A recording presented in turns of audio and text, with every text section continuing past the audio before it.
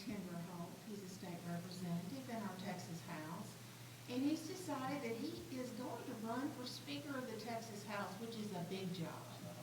And thus far, he is the only candidate challenging the current Speaker, Dave Phelan. So I'd like to say for the record, if there are other people who are planning to run, and I heard a little birdie tell me this morning there might be another candidate, they are welcome to sit for an interview, as is Dave Phelan, who has been invited and has not yet accepted the invitation. So Tony, thank you for being here, and I thank my colleagues also for being willing to work with us and to ask questions.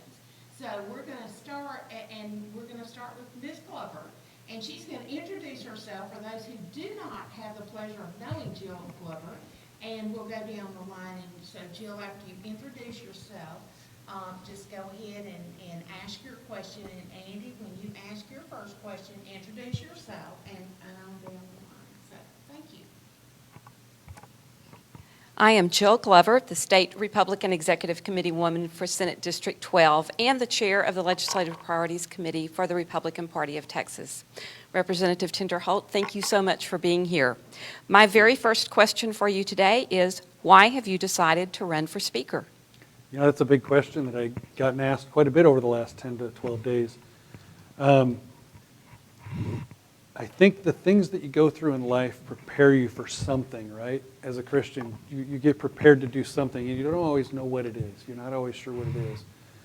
And I'm convinced this is one of those things, is I'm at the right place at the right time to try to restore liberty and freedom in Austin and what we do.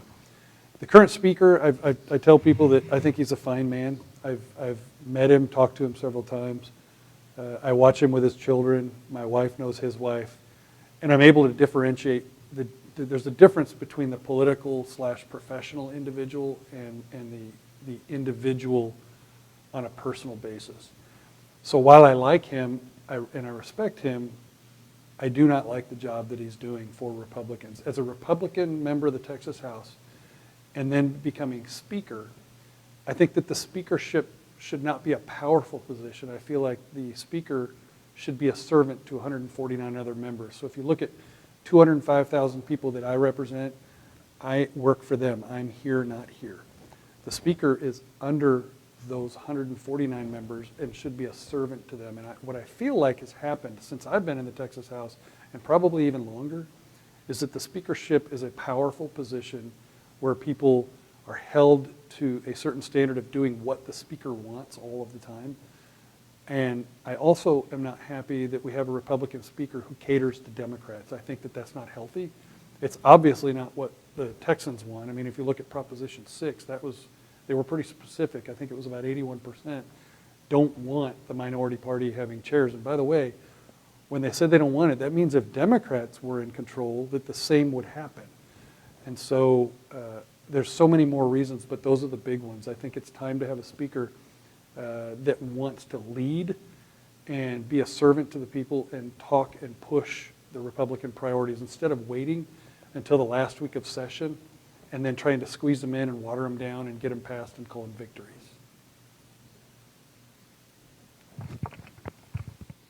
Good afternoon, Representative Tinderholt. My name is Andy Hopper. I'm co-founder of Wise County Conservatives. So first question is, it is said that historically the Texas Speaker was not the coveted position that it is today. Can you quickly enumerate the primary ways that power in the Texas House is centralized in the Speaker? So I want to touch on the first part. I've often said that the speakership should be the least coveted position in the Texas House, and I really believe that. The reason I think it should be the least coveted position is, if you look at it from a personal standpoint, there's no pay raise, but there's a huge responsibility that comes with it. And the amount of hours and time that the speaker puts in are innumerable. But the power has been consolidated in that speakership, where the speaker literally owns everything that happens. The speaker has parliamentarians right now that were worked with Democrats in the past. That's very telling. The speaker can punish people. I've been talking to a lot of members. I'm halfway through the list of calling all the Republicans, and I should be done in the very near future talking to all of them, or at least making contact. And as I talk to them, I hear the same message. On the Democrat chair vote, if I vote against the Democrat chair rule change, I will be punished, I will lose leadership, and I will not pass bills. That is not the power that a speaker should have. If there's any power in the speakership, it should be the power to enforce the rules in that rule book that we have on the House floor. It should be the power to make sure that all 149 members, regardless of the party that they affiliate with, is held accountable to the rules in that book and everything that the speaker is responsible for. But I don't believe that the speaker should dictate punishments for people and accountability for people. Last time I checked, I'm accountable to about 205,000 people in my district, as are 149 other members. And it's about time that the Speaker of the Texas House starts respecting the fact that individual state reps represent 205,000 about people in the district, and they don't do what they're told by the Speaker of the House.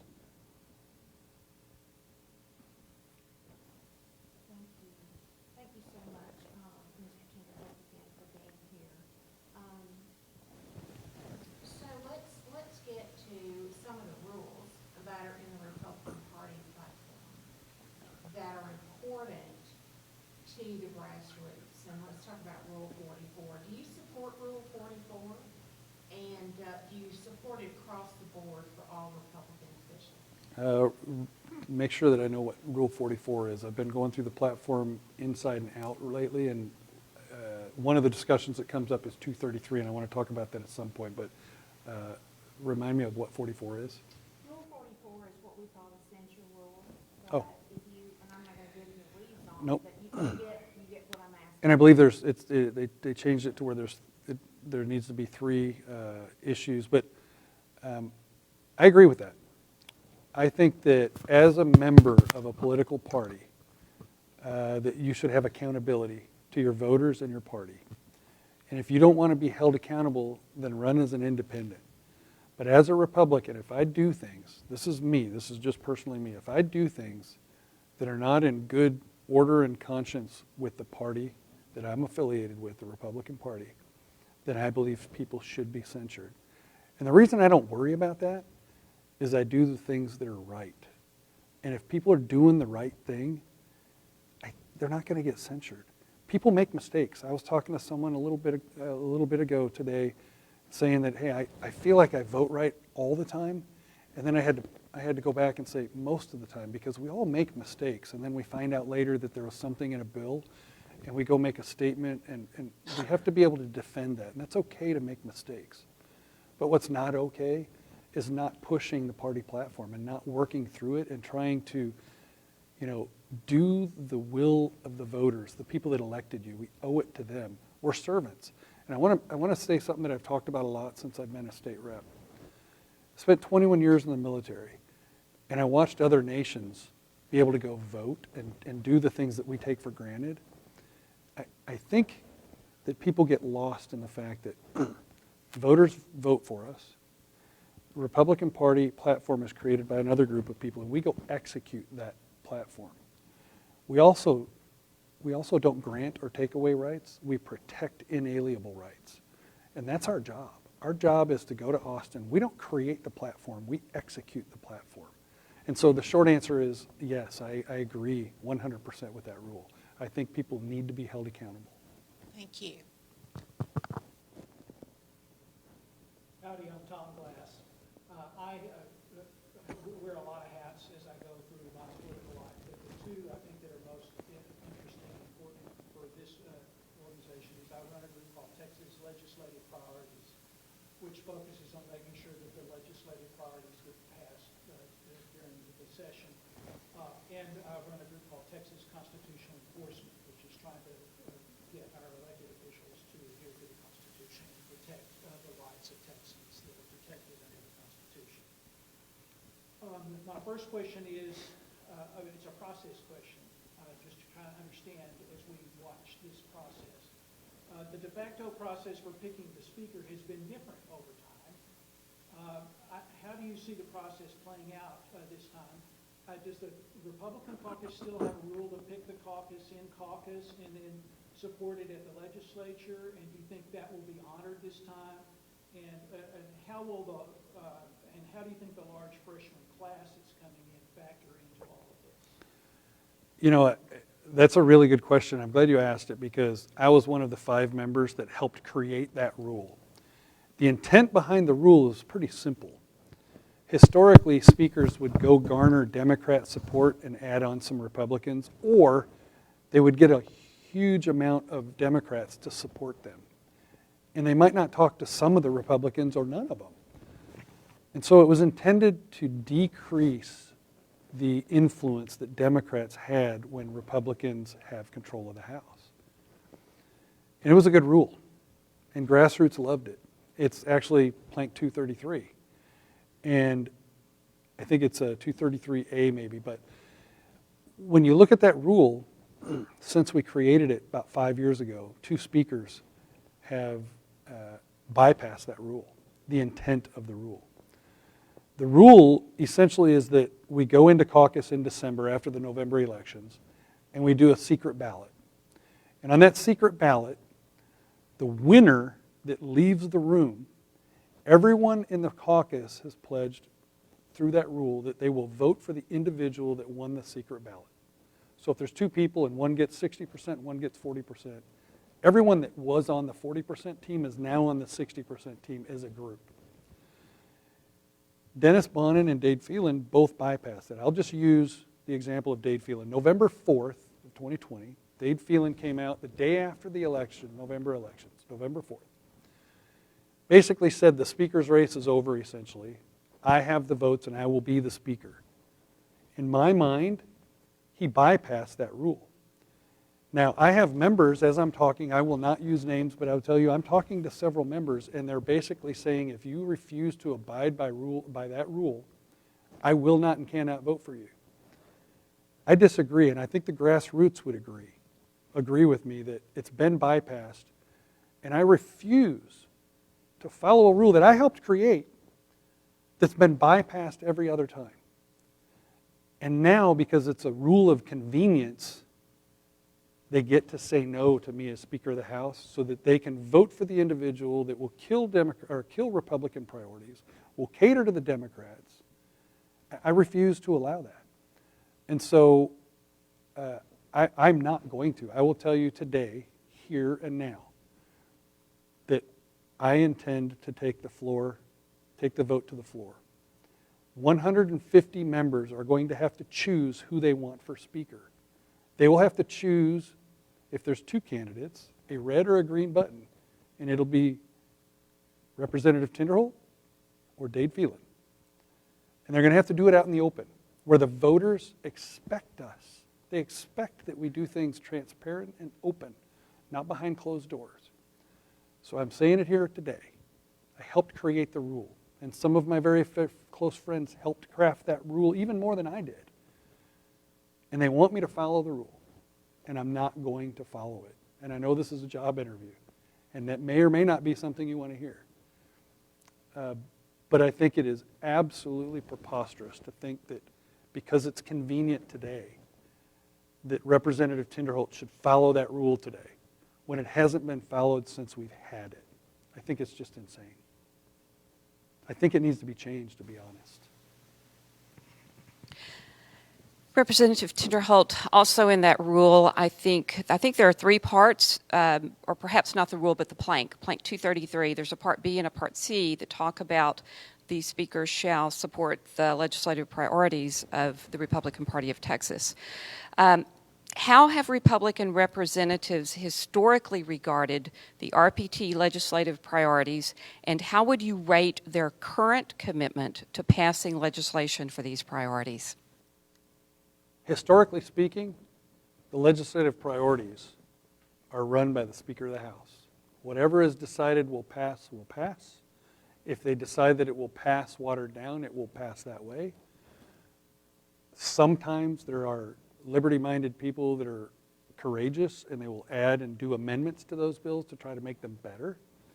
But oftentimes in the 8 years that I've been in that building, 4 sessions, the will of the Republican Party platform is not followed.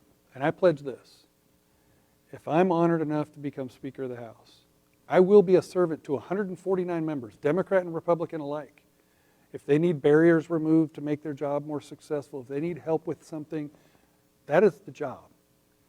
But I'm also a Republican, and I believe in the platform.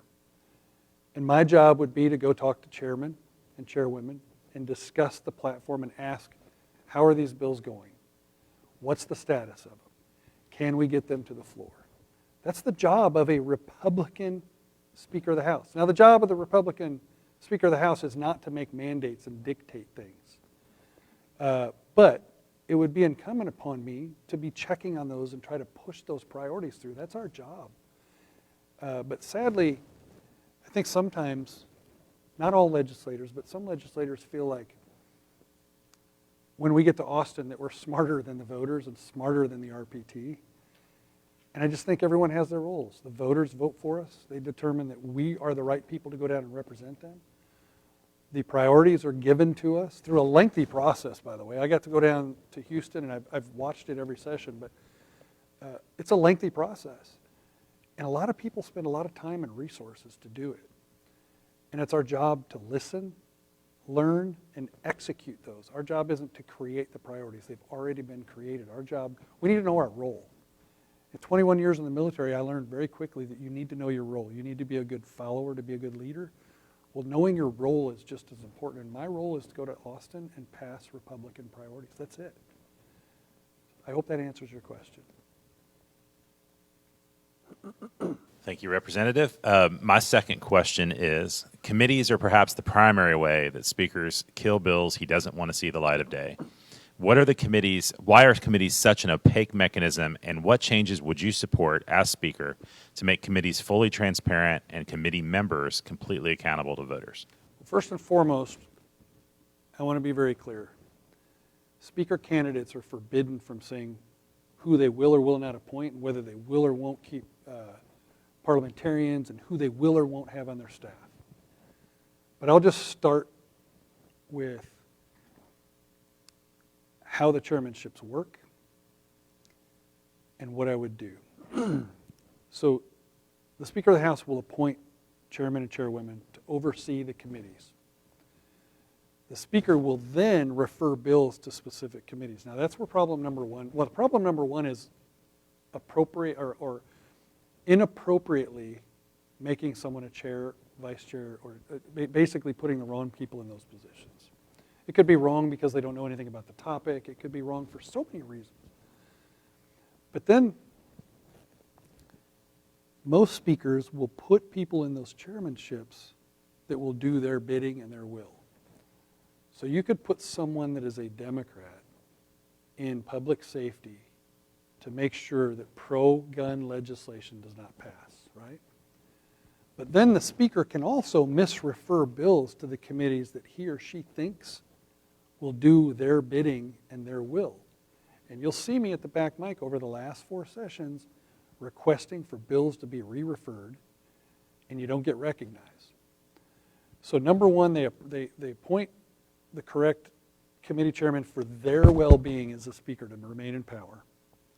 So as a Speaker, Dade Phelan right now has to assist the Democrats in some way. You partly do that through appointing chairmanships. You partly do it through misreferring bills. And eventually what happens is those bills can be heard. Now let me tell you a little secret. People will author bills and go home and tell them, I authored this bill. Never request a hearing. But if they request a hearing and the bill doesn't get heard, that's probably because one of a couple things happened. The Speaker didn't want it heard, or it's not a topic that the chairman or chairwoman wants to hear. It is so important who you appoint as chairman and chairwomen because they literally hold the cards for every bill. Let me tell you some rule changes I've tried almost every session. Every time a bill is heard in committee, I've tried to make it so that it shall get a vote out in the open. There should not be whipping votes. it shall 100% get a vote by all the members with a yay or a nay. That doesn't happen. They quietly whip votes, and then a bill might die because they're not going to have enough votes. That's wrong. Tagging bills, that needs to change. Tagging bills in calendars. I don't want to go into a whole lot of depth about how the calendars work, but eventually they leave the committee and they go to a calendars committee. One is kind of like bills that everyone should agree on, and one is bills that are going to need some discussion on the floor. In those calendars committees, the voters might be disappointingly surprised that an individual that might not like Tony Tinderholt can say tag all of his bills. That bill never gets voted on. And it can be because I skipped dinner with somebody and it made them mad. It can be because I killed somebody's bill. That bill sits in calendars committee and goes nowhere. So I've tried to get rules where there is absolutely no tagging allowed. And that in those calendars committees, every single bill shall get a vote with an A or an A, with a name attached to it, just like in the other regular committees. Those both get shot down by Republicans, and it just doesn't pass the common sense test. So chairmanships are important. How you refer bills is important, and rule changes are necessary to clean that up.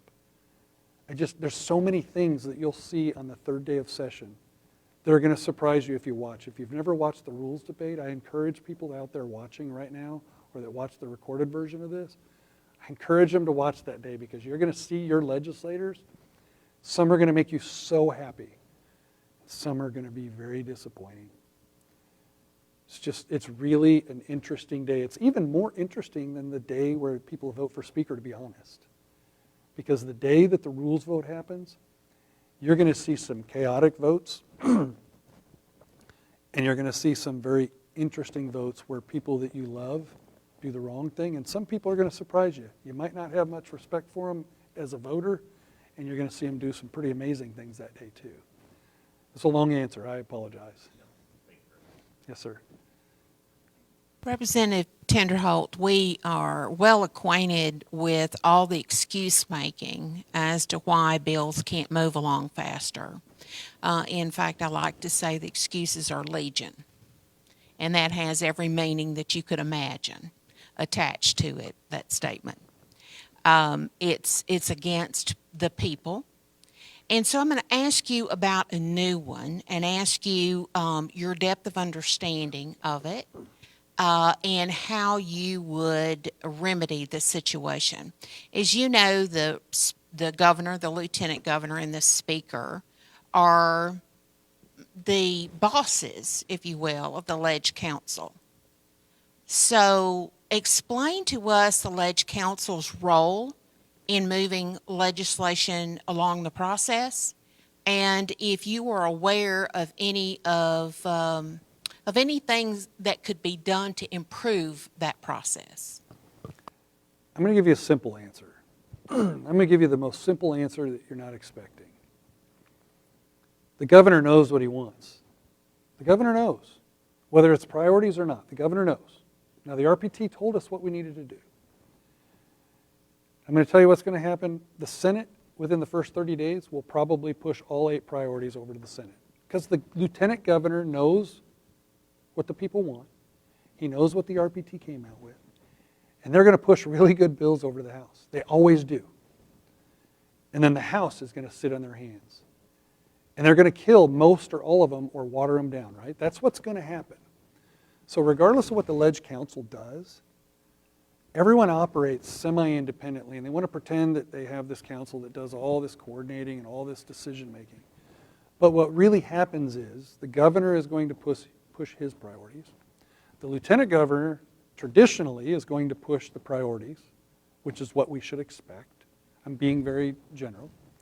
And the House is going to hold. And the House is going to hold because every time that I've been in the Texas House, the Republican Speaker of the House is beholden to the Democrats. And that person is beholden to the Democrats because they become the Speaker with Democrat votes.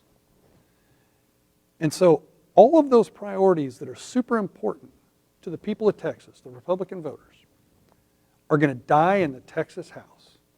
or they're going to be used to barter to make liberal things happen to bills, or liberal things happen so that the speaker can turn to the Democrats and say, look what I did for you.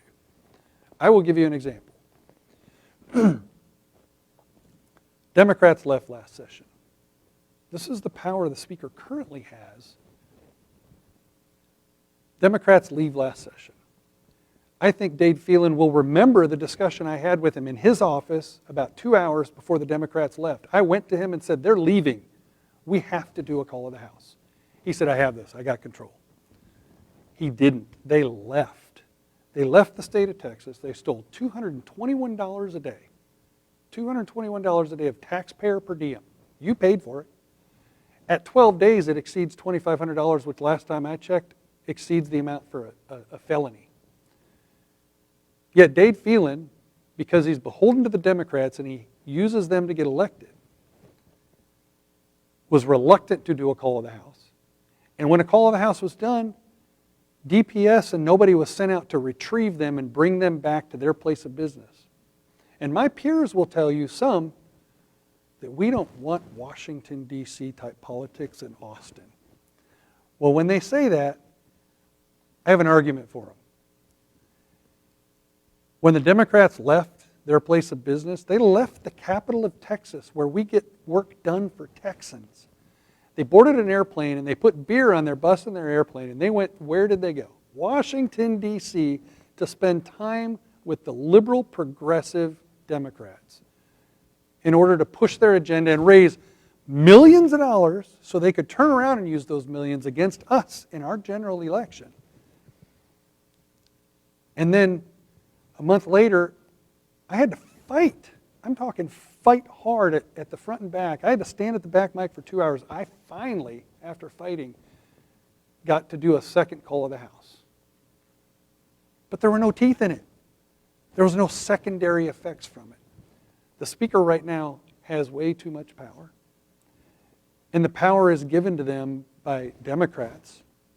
And the power is given to them by some Republicans. My ask, I know this is an interview, my ask is, I'm calling the Republicans, and I just want to talk to you. I just want to talk to them. I'm asking the people out there watching this, tell your member that you just want your member to talk to me.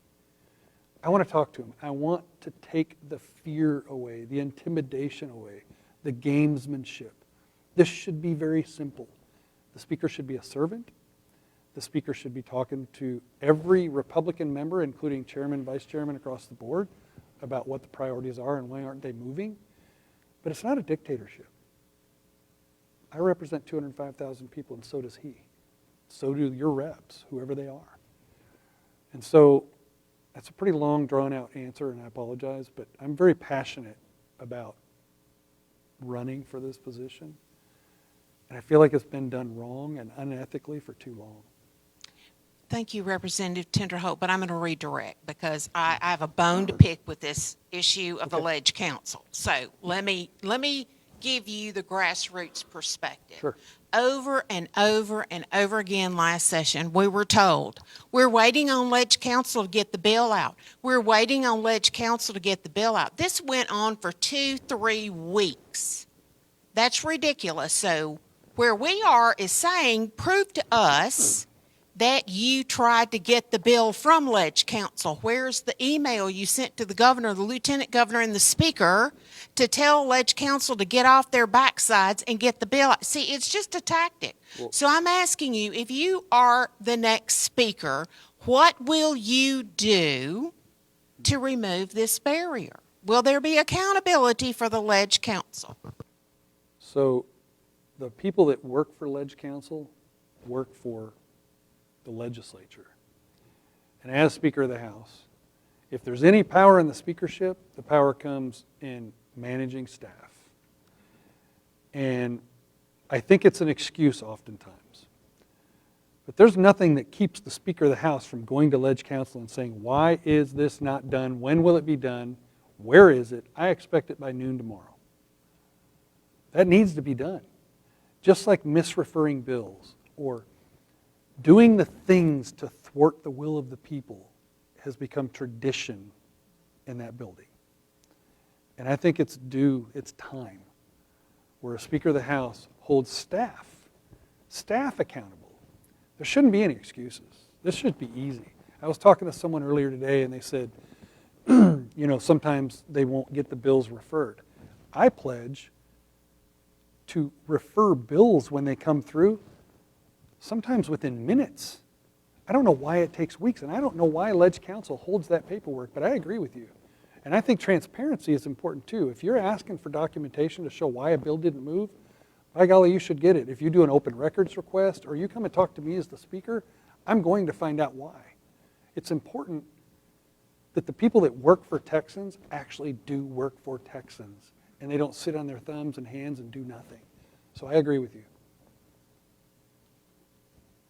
Okay, the next question is also a process question to a certain extent. Because of all of this fear and of the very real possibility if a member votes incorrectly and loses, incorrectly in terms of winning or losing, that they will pay a big price for it. I want to tell you a story and then ask a question. The story is about how the guy that's founded Caltech did it. He said, I want to have the best university with the top-notch guys on that West Coast. And he identified 3 professors that if he got those guys, it would create that. So he went to Professor A and said, he knew that each one of them individually wouldn't come by themselves, but he went to Professor A and said, if B and C come, will you come? Repeated the thing. If the other 2 will come, will you come? All 3 conditionally said yes, so he went back to all 3 and said, they've said they'll come. So they did, and that's how the university started. Okay, it occurs to me that a conditional ask is the only way you overcome the fear that's going on in this. Do you plan to use some sort of conditional ask to get to a majority of some way, either at the caucus level or at the overall level, at the full body level, to be able to get this across the wire? That's a good question, and I'll tell you, I think most people would just want to hurry up and make their phone calls and get their numbers and tally them, but I'm doing it a little bit different. I'm making the phone calls as an introductory, hey, I'm running, here's why I'm running, do you have questions? I'm not yet asking for votes. The reason is I know that fear exists. I've been a part of that legislature for 8 years. I've had members tell me that they're told if they vote wrong on the rule for Democrat chairs, they're going to get punished. So if they vote for me, it's a tough road to take if I lose, right? And so the initial phone calls that I'm making right now are the comfortable calls to have the discussions and just start talking, because we have a little bit of time. Now, I do intend to follow up with asks. And the asks will be, are you willing to do this? And if not, why? And if not, what if these people were already doing it? Because I'll tell you this. I'm talking to members. And there are members that are telling me they haven't been able to they haven't been able to talk to Speaker Phelan for 6 to 8 months, and he doesn't respond to texts and voicemails. He knows he's got the Democrats, so he doesn't need to respond. Some of these people are disturbed and angry, and some of these people he thinks are really close to him, and he's led them astray. And he says he's helping them get reelected, but you're not helping Republicans get reelected when you're helping the Democrats push their agenda. And so I'm not to that point yet, because I think that there is the respect call of, hey, I'm running, I want to make sure you don't have any questions. And I've gotten the full gamut. I've gotten yelled at. I've gotten told, man, this is great you're doing it, but if I do it, it's tough. And then I've got people that say, do you have a path to victory? And I said, we're going to win. We're going to find a way to win this. And I have people asking about 233. You created this rule. And there are people talking about using that rule so they don't have to vote for you, and they get the easy vote to go vote for the Speaker, and they don't get punished. So we're having those initial discussions right now, but you will 100%, those are the discussions that are coming. But I want to make sure people listening, and that you as well understand, there are people very disgruntled with the current Speaker that are close with him. They're very disappointed, they're frustrated, and I think they see the path that he's bringing them on. He's taking them on a path of dragging Republicans through some junk they shouldn't be dragged through, and it's going to be harmful to them in primaries.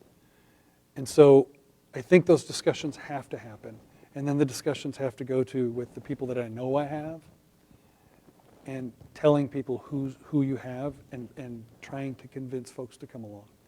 It's tough. I will tell you, it's tough. The hardest part of overcoming this process right now is the fear and intimidation. I'll tell you this. I talked to a member the other day and I said, I'm not asking you today where you are, but I'll tell you something the speaker won't tell you. If you don't vote for me in the end, I'm going to hug you. And if you talk to your members that have talked to me, they'll tell you, yeah, he said that.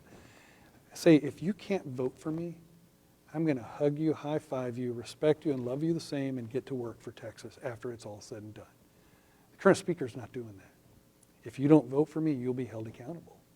And that's not leadership. That's not healthy.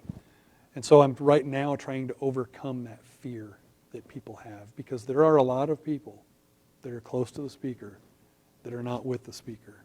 But I think they could be if the fear and intimidation stays. And so part of my job is to try to help them overcome that. You know, we always like to know inside baseball, right? Mm-hmm. So would you please talk about the role that consultants and lobbyists play in our RPT priorities not being passed? So I'm going to preface that with something I said earlier before I make a statement. The speaker appoints chairs, and the speaker should be talking to the chairman and chairwomen about where the priorities are. It should be a discussion that happens every day, a respectful, healthy discussion. Where is it? What barriers do I need to remove? However, if lobbyists come to my office and I'm the speaker and they're asking me to push something, my first question, I'm respectful. I will say, hey, thank you for bringing that to me. I agree that that's important, or hey, I totally disagree with it. But the next thing out of my mouth is going to be, I don't dictate what passes and doesn't pass here. Have you talked to 149 other members? But that's the right way to do it. The way it's traditionally been done is that the power is up at the speaker's office. The lobby comes through and special interest groups come through and they ask for permission to pass their bill.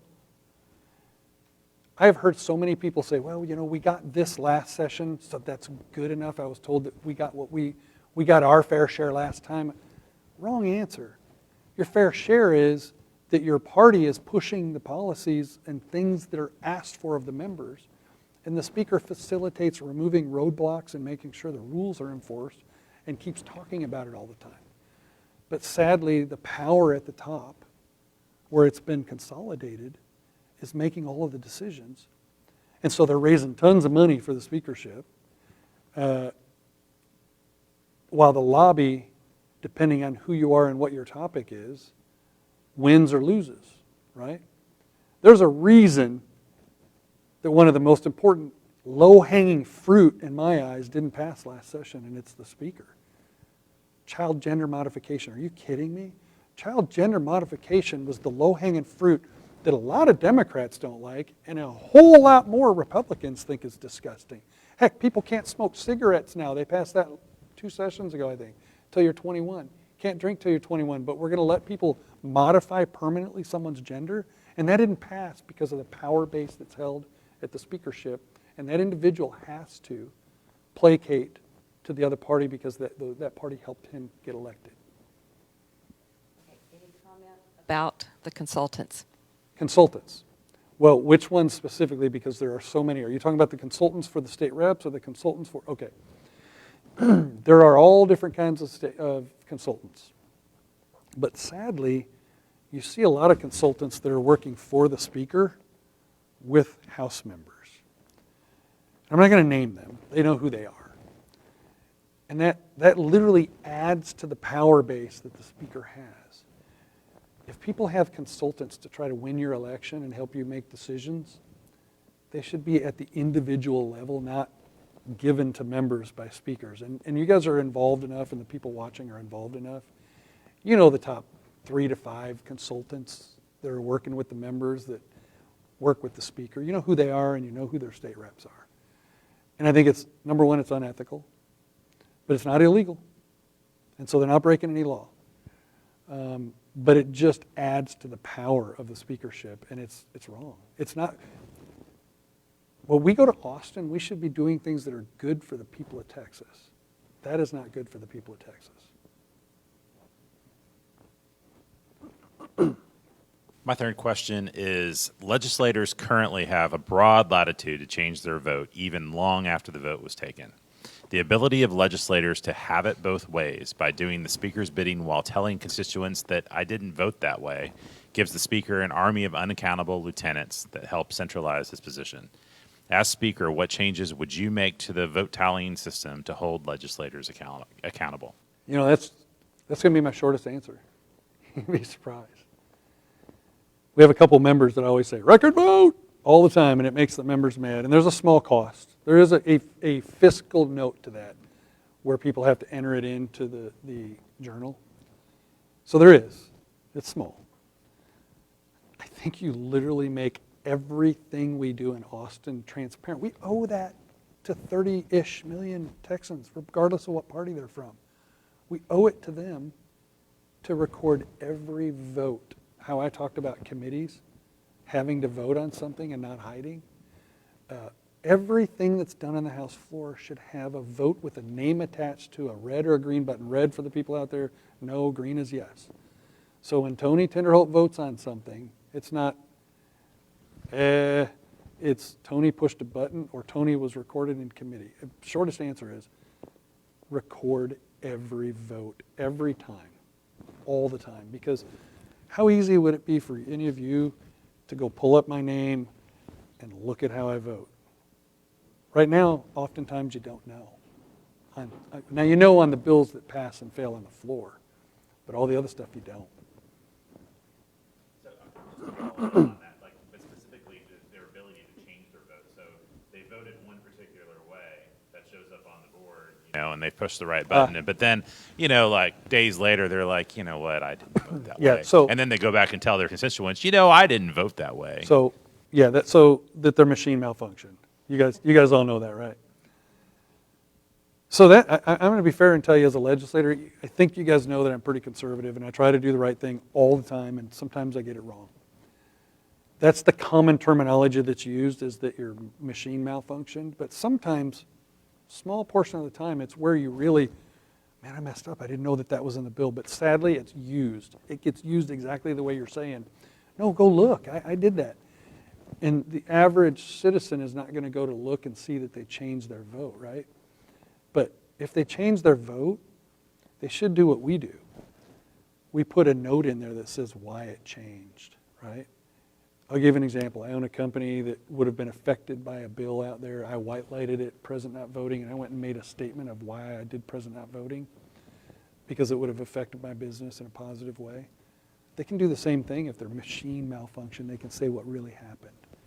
And so maybe a rule change to that would be that they have to make, every time that there's a machine malfunction, they have to state what happened. And maybe it's not that the machine malfunctioned. It could be my machine malfunctioned, and they could have other reasons, such as I voted wrong and I didn't know it. But I think there's some category changes, and then maybe some notes shall be made every time. Transparency. I'd like for you to think about the founding principle of consent of the governed. Give current Texas state government examples of how this foundational principle of a constitutional republic has been trampled. Of consent. I mean, really, we were talking about it a moment ago. You trust, people elect me and trust me to go do their work. So if there's 60,000 people that vote in an election and 40,000 happen to vote for me, that means that those 40,000 people trust me to go down and work within confines of certain guidelines and rules. And really the confines and guidelines are pretty simple, I think. You have some founding documents that tell you what you can and can't do. You have principles that you protect rights, you don't grant them or take them away. And then you have the priorities that tell you this is what we're going down to Austin to do. We're going to do these things. And I think if when we go to Austin, we think about those things all of the time, and the people trust us to go to Austin to do those things, and we're transparent about it, I think it's pretty easy. But the problem is people go down there, I would say with the, and I hope I didn't misunderstand the consent piece, that they're consenting with me going down there and trusting me to do their bidding. Maybe you need to explain what you mean by that. Without leading the witness, Representative Tinderholt. Talk to me about checks and balances. Do you have any, are you aware of times when consent of the governed and the checks and balances we're supposed to have in a constitutional form of government, a Republican form of government, when those checks and balances have failed in Texas government? I'm going to disappoint you.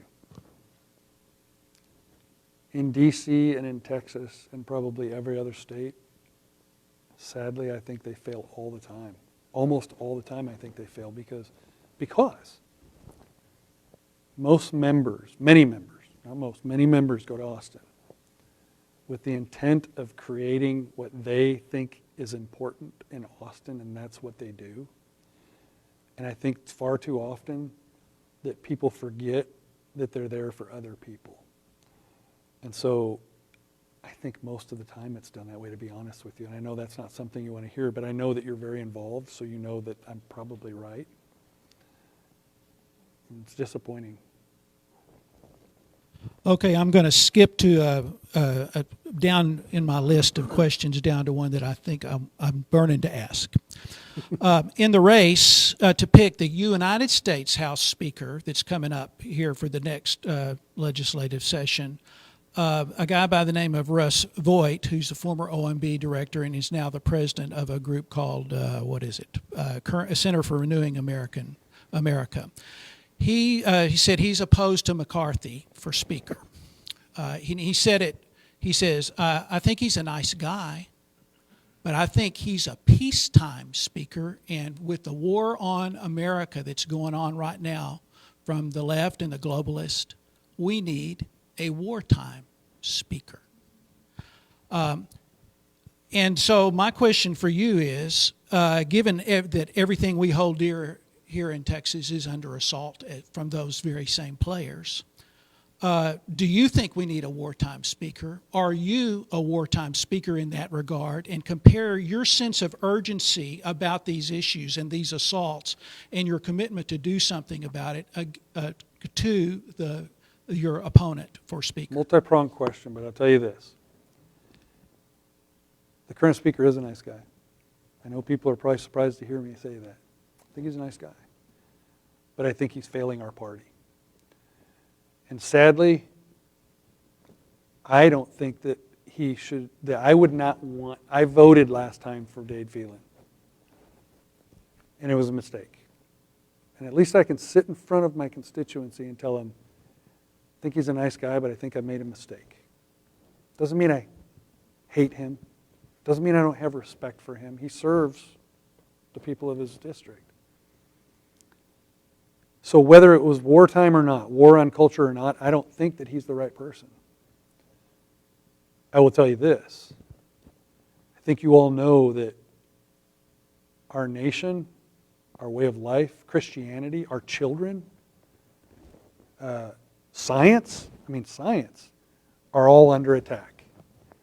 The other side can't define what a man and a woman is. It's pretty simple. My daughter is 6, my son is 4, and he can tell you what a man and a woman is. And he probably doesn't even really quite understand it, but he can explain it. He can tell you enough so that you'd understand. They're sexualizing our children. They want to interfere in elections, and they like that they're not felonies. They're cheating. They're destroying the culture of America. And it is. We're at war right now, a culture war and a political war. And I will just tell you that I feel prepared for that. And the reason I'm ready are many reasons. First is I am combat tested. I've been to combat. I led in combat. I know what that means. Different kind, but I know what it means.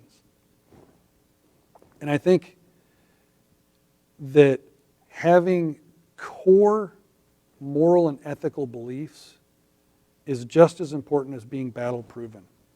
And I have those. I have a family that stands behind the belief that Texas is great and that I have to be a part of protecting it for our children, my 4- and 6-year-old. I'm not beholden to anybody. I wouldn't be beholden to the Democrats because I'm not making phone calls to them. I'm not counting on them to get elected. I think right now is a time where a bold speaker, a bold leader is needed. Someone that is unafraid to do what's right. Unafraid to say that the border is a serious issue. I watched America's sons and daughters die protecting other borders. I actually watched it with my eyes. Yet we have criminals, terrorists, children being raped and human trafficked, fentanyl coming across the border. Americans and people that aren't Americans are dying. Human toll because of that border. I say we're being invaded. I say we need to quit sexualizing our children. I say our flags are important. Our flags are super important. I say you shouldn't kneel. I say white, black, Hispanic, Asian. I think everyone is equal. I think that we need to quit having people be afraid to stand up to the other side. 2 or 3% of the other side says something is true and everyone else freaks out over it. Guess what? It's not true. Critical race theory, I don't care what the name is, needs to stop in Texas. You need a speaker that's willing to stand up at the front and say, are you kidding me? We're not, this is insane. This is Texas. These things are important. The Republican people count on it. Christianity is important to the voters in Texas. Christianity is important to me. All of the things that we in this room think are important, sadly, I think get left to the side because the current way the speaker's chosen isn't according to all the things I just talked about. It's according to personalities and being beholden to a certain group of people so that you can get elected. So I am the right person, and I'm ready. And it won't be easy, but the principled part will be. And you know, I was telling someone before we all got here today, I believe that people are made for a certain thing at a certain time, and it's going to be different things at different times in someone's life. I'm made for right now. This time is for me to do what I'm doing. Whether I win or lose, I am doing what I'm supposed to be doing. As a Christian, as a dad, as a husband, as a son, and as a Texan. I'm where I need to be.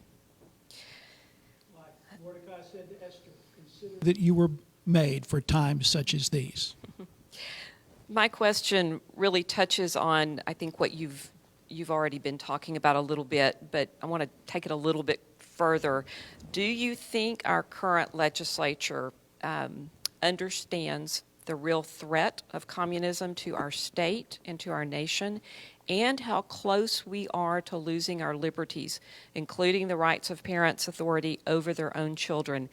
Is there a sense of urgency in the Texas legislature, and why or why not? So, to some members, yes. I think the answer is yes. But not enough. And when I told you that leaders can influence without being dictators, I think a speaker is needed that stresses the importance of freedom and liberty, and China and Iran and Syria and North Korea, and how all of those adversarial nations are trying to essentially get into our power grid, how they're trying to buy Texas property, how they're using social media to influence our children and potentially elections. I think right now that oftentimes people go to Austin, and I mean no disrespect to my peers, I don't. But I think we get so wrapped up in the 5 or 10 or 50 bills that we have that that's really important, and I think part of the speaker's job is to remind people of what's important. Remind them what the priorities are. Remind them what's important to our children in the state of Texas. We're a huge state. 8th, 9th largest economy in the world. I think what we do in the Texas House matters. And I think people across the country watch. So I think the short answer is, I think some of them know it when we get there. But I think sometimes it gets forgotten and lost in the mix of the chaos that happens in that building. And you need a leader that's going to keep people on track and remind them what's really important. Alcohol consumption during session has reportedly become a problem many times over the past few sessions. Out-of-sight bars have been reportedly set up at various times, and members have even had to be dragged off the floor. Some report that this is the tip of the debauchery. Thousands of Texans have died to establish our Republican form of government, and I personally believe that as the people's house, the Texas Capitol should be treated as hallowed ground. What rule changes would you support to keep legislators from disgracing our republic? So first and foremost, there's no alcohol in my office. I don't allow it. Not because I don't drink it, because I like to have a drink every now and again, but we just don't have it in my office. Drinking happens at the Capitol. Speaker doesn't get to dictate everything that happens, but the speaker can facilitate rule changes to where there's not alcohol in the building. I think I would support that. I don't think I'd have a problem with that. But you got to remember, I'm running for speaker to get away from the dictatorship. And so it would be incumbent upon me to tell you that there's 149 members that would be voting on that, and that we would need people, the constituents, to say they don't want it. There's other things that could be done too. I think the way to make something like that happen is for the speaker to take bold initiative and talk about the repercussions of people drinking alcohol and being intoxicated. But I think the movement has to come from all sides. It has to be the members want it, the speaker wants to assist in showing the importance of it, and then the voters and the grassroots need to tell members that they don't want to tolerate it. But I want to say in the same breath that I talk about the speaker not being a dictator. So I wouldn't dictate a rule change. I want to be fair and tell you I wouldn't dictate it, but I think you could encourage it. There has long been controversy over legislators using their leadership positions for personal and/or family profit. You own a security consulting company that contracts with public schools. What efforts do you make and would you make to avoid every appearance of conflict of interest? And what changes would you make to current disclosure standards for legislators? So, it's interesting. Because I'm running for speaker, I almost think that's why my company's having some issues right now. But one thing that's really important to me and my business partner will tell you is when we're dealing with public entities, that he deals with them. We removed myself as an owner from the website. I'm not on the website anymore. And the reason I'm not on the website is I don't want any undue influence. Now, it's legal for a Texas legislator, because we're a part-time legislature, to do contracts with cities, counties, state, schools. But to remove any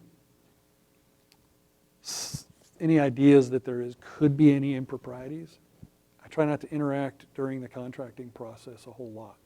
I've learned lessons, and the lessons are that you remove yourself from the website and you don't have a lot of interaction during the contracting phase. One small contract that we got, the individual came to me and goes, "You own that company?" I'm like, "Yes, I own it." "I didn't know that." And I said, "Well, that was by design." I just think it's important. Now, you're not always going to be able to do that. People know who you are and they know what you own. So that's not always 100% successful. But I think disclosure is super important. The disclosure side is absolutely necessary. So I disclose my contracts. I think the law requires that if you own 50% or more and 51%, well, I disclose them because I think it's fair for people to know. Now, what does that do? That opens us up to a lot more open records requests for our customers. I mean, my customers get it, and they're okay, but I think disclosure is important, and I think that people should have to disclose more of what they do with government. Doesn't matter what level of government. I think you should have to report everything you do. Doesn't matter if you do a $1,000 or a $100,000 contract. I mean, I think if I remember right, all bids, any proposals over $2,500 have to go out for bid. I've heard of people before I was ever elected winning bids and not doing work. So I think that, along with having to win a bid or a proposal, they should have to actually accomplish work, and you should have to report all of the work that pays you through taxpayer money. I think it's important. When Dennis Bonnen was involved in his downfall, the problems he was having with his downfall, Russ Ramsey was of the Texas Tribune was writing about that, and he said about the race for speaker. I will summarize it. It's a trade of protection for members, and I think I interpret it to mean from the grassroots for power for the speaker. The exact quote that Ramsey said was, "The compact between a speaker and the members of the Texas House who elect him goes like this.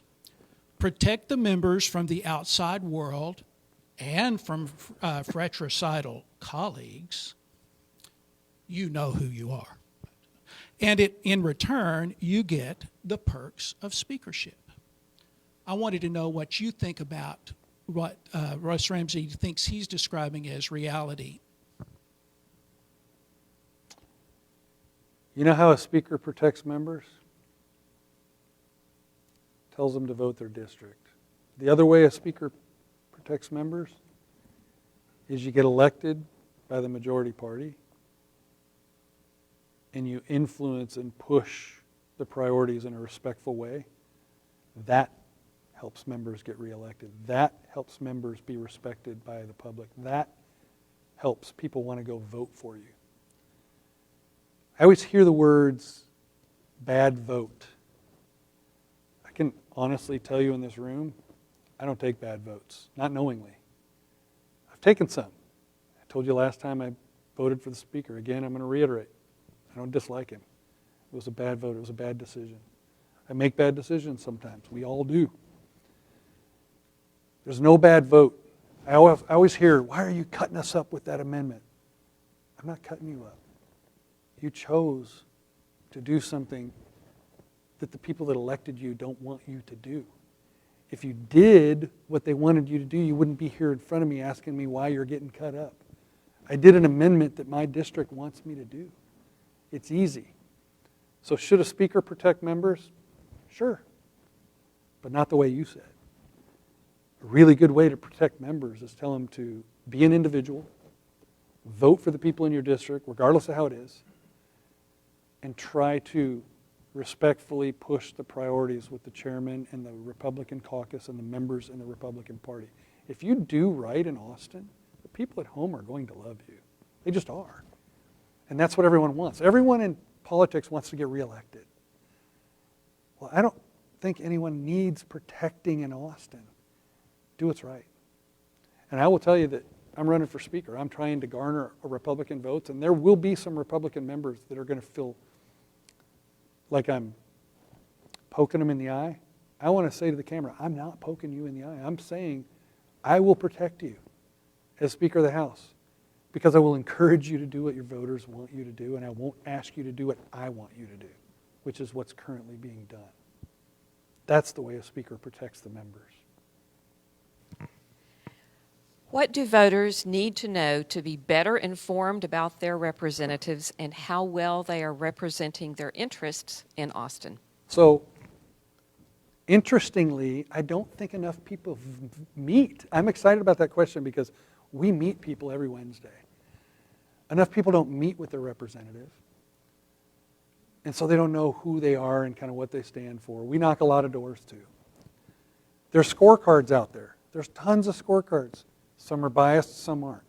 I'm not going to go into names of scorecards, but I'll tell you one of the best ones, the one that is the best, meaning doesn't really have bias to it, I don't believe, is Rice University. It's very, you're conservative or you're liberal, and all the votes are tallied, and they're not handpicked, and this is nothing against any of the scorecards, but if you really want to see on a scale of 100 to 150 on where your representative lies, if you're a super lib, if you're very liberal and you want your person to be liberal and they're on the really low liberal side, be happy. If you want someone in the top 10 and they're way on the top 10 far conservative right, and if you're a member that wants, or you're a voter that wants your person to be in the middle, you can look at this and they literally tally all the votes. You can look at the number, or you can visually see the chart and see where their name falls. You can, oh, they're about in the middle. I think looking at some of these scorecards, watch the House floor. You can do it from home. A lot of people don't know it. My daughter, I have tons of pictures of her going, "That's my daddy," like cheering and being excited when they're watching it online, and my wife takes pictures. Citizens of Texas can go online. My mom watches from Iowa sometimes. Watching your representative do the work. Go online and look at the journals. You get to see what they really did. But I think meeting with them, looking at the journals, looking at scorecards, talking to their staff, but watch the video online. If you can't watch it live, go back and watch them when they speak. Call the staff at the Capitol and say, "Hey, when did so-and-so do anything on the House floor?" Go watch them. Some they'll be really proud of and some they won't. But I think it's a multi-pronged thing, because you're not going to figure out what your rep's doing by doing only one. You have to look at all of them. The speaker has, in many ways, turned into a campaign bundler.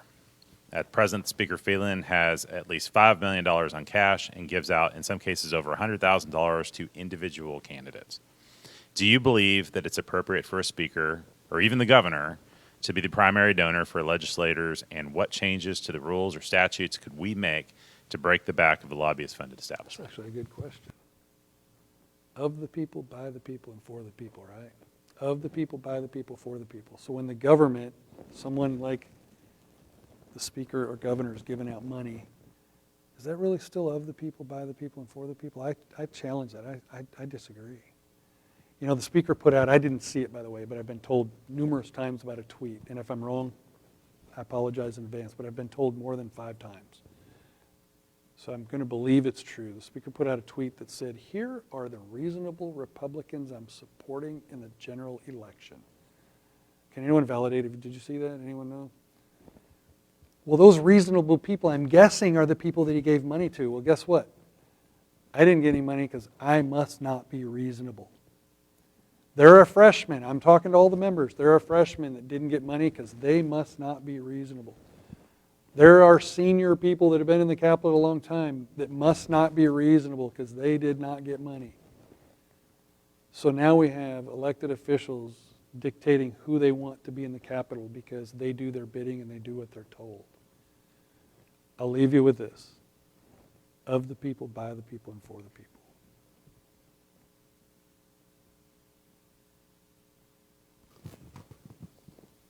You mentioned the grid a few moments ago. People are all over Texas, and you're probably hearing this from your constituents, are facing higher and higher electric bills. And with winter coming up, I think we're going to see more of it. Could you name a couple of things that are the underlying problems with the electric grid? Please name those. Sure. I'm going to start by telling you that I've authored the Protect the Power Grid bill every session since I've been there. Foreign adversaries want to get into our system and destroy it. There are simple ways to spend hundreds of dollars to destroy pieces and parts of it. Solar flares are past due that could absolutely destroy our system. But you know what we did to ourselves? We gave an estimated $19 billion of taxpayer-funded money to wind and solar. Think about that. I'm going to surprise you for a second. I think wind and solar is great as supplemental power. Wind and solar is cool. It's neat. If someone decides to put wind or solar on their home to do it, that's fine. I think it's great. But as a legislator, 30 million Texans and another 1,500, plus the people flooding the border coming across that we don't know the numbers of, are using electricity. It's growing. Smart enough to realize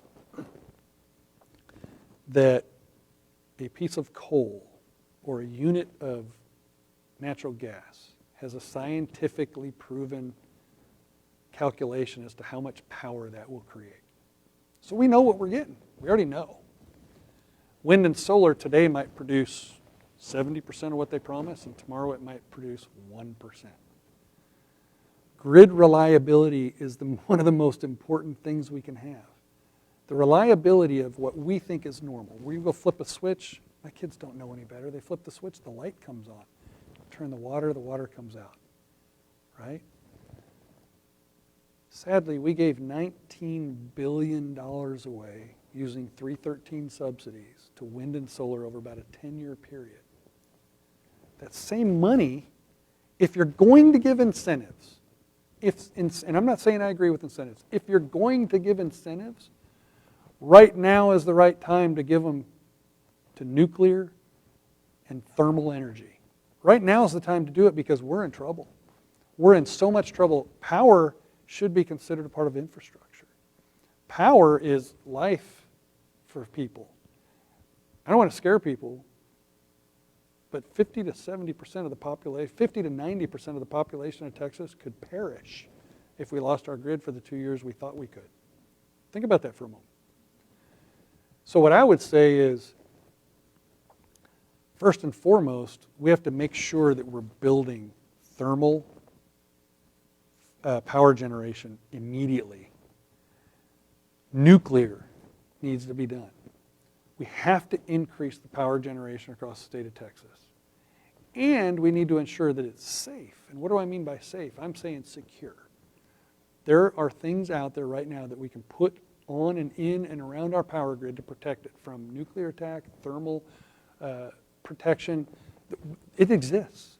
There's a cost. I'm going to take a moment to tell you a success we had last session. I don't know if you guys may not know in this room. 313 was getting extended. Were you guys aware of that? I did 9 amendments to that bill. 9. The author was pretty mad that I dropped the 9 amendments off on his desk. Make a long story short, after a couple of those started passing, he pulled his bill down and killed 313 extension because he was mad that my amendments were passing. The Senate was going to bring it back up, but ended up not bringing it back up. Your $19 billion will no longer go to wind and solar. It will not go to it. I did not single-handedly kill that bill, but my amendments were a very, very integral part of making it go away. Here's what should scare you as taxpayers. 313 is allegedly coming back under another name. People that you and I love and respect are talking about possibly supporting it. The number one advocate for it is the Speaker of the Texas House. If we're going to do anything with taxpayer money, if we're going to do any kind of incentives, and I think the people in this room and watching realize I don't like incentives.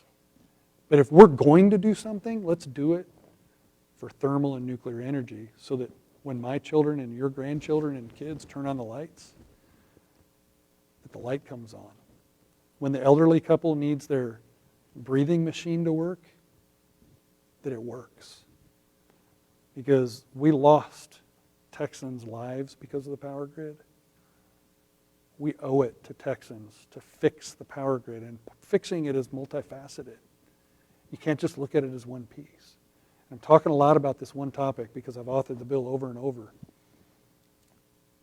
And people, I don't want people to be scared. What I want people to do is be involved. Tell your legislator how important it is.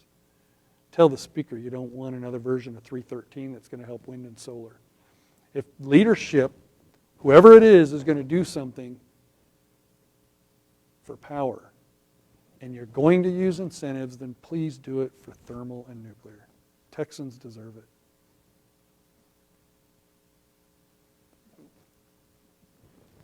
Okay, I'm back to process. You know that, of course, that the Straussian strategy for getting the speakership in 2009 was to take 11 Republican legislators, and we can call them the Republican Betrayer Caucus. I beat one of them. Yes, great. The Republican Betrayer Caucus, who were willing to go to team up with the Democrats so that they could get power against their fellow Republicans. Okay. Well, I happened to have talked to some people who told me that that same thing was being tried last time, and Phelan went in with 40 other Republicans, said we don't want them to repeat that strategy, so they did a preemptive strike to go to the Democrats. This year, there's a math formula that goes with that. It's the how many more Republicans do you have than 75, and how many betrayers you have. This year, the formula is you got to have 12 betrayers to be able to repeat the Straussian strategy. And my question is, do you think there's 12 betrayers out there, and how are you going to counteract those betrayers if they try it? So I'm going to tell you, and some in the room may not like this. I know it's an interview. These people are my colleagues, so I don't call them betrayers. I know that the voters do sometimes. But I will tell you this about them. Some people covet power more than service. They do, and it exists. And it's going to happen because they covet power so much. The speaker wants to be speaker. Certain members want to be chairs. Certain members know they might get a vice chair. But knowing that your bill might pass is really important. And I use this analogy a lot. I really believe Austin is, it's more simple than I ever knew. It took me a couple sessions to figure out. Austin is about leverage and pressure. And when I told my wife that, she said, explain. And I said, well, they do things, or you do things that create leverage. For instance, I author bills and I tell them how important this bill is to me. I've just given them leverage to create pressure on me. Or I vote for the speaker. The speaker gives me something, says, oh yeah, I'm going to help you get your stuff done. Leverage was just created to put pressure on that individual to get them and influence them to do what they are told to do. Now, I want to be clear. It's not usually, you better do what you're told. That's not usually how it happens. It's peer pressure. Right now, though, according to some members, it is direct. Do not vote for that or you will be held accountable for the Democrat chairs. I think that culture needs to change. I think the caucus needs to hold them accountable. I think the grassroots need to make sure that people know who they are to their voters and that people hold them accountable at the ballot box, to be honest. I think, well let me tell you this. You can guess how many Democrats I'm calling. For the speaker's race, I've called 0. How many Democrats do you think called me? 3. I didn't know what to expect. They were all very kind and generous in their phone calls. I was told that I understand why you're doing this, and I'm not mad. Because on the floor, you guys see from you're the individual voters and grassroots, you see the things we do in Austin, people get frustrated, but they're still my colleagues, right? They're my colleagues. We have a mutual respect. I got a phone call from 3 of them. And they were very kind and generous. They're like, I see why you're running. I think you could actually pull this off because there's things in the platform that are important to people. All 3 of them said, I'm not mad. I'm not blaming you. But I got some of the Republican members that are literally just not being very Christian about it. And I'm okay with that. I'm okay with it. I'm at the right place at the right time to do what I'm doing. I was made for a time. I was made for this time. Whether I win or lose, I was made for this time. I think the caucus needs to hold them accountable. Grassroots need to hold them accountable, and the individual voters need to hold them accountable. We tried the rules. We tried to do everything in the rules when it comes to electing the speaker, and it doesn't work. It's just not working. It doesn't work. I'll give you the example. The lady that I beat was one of those. I was found. Someone said, hey, you need to do this. I worked hard. I beat her because the voters knew what she did. I think more of that needs to happen.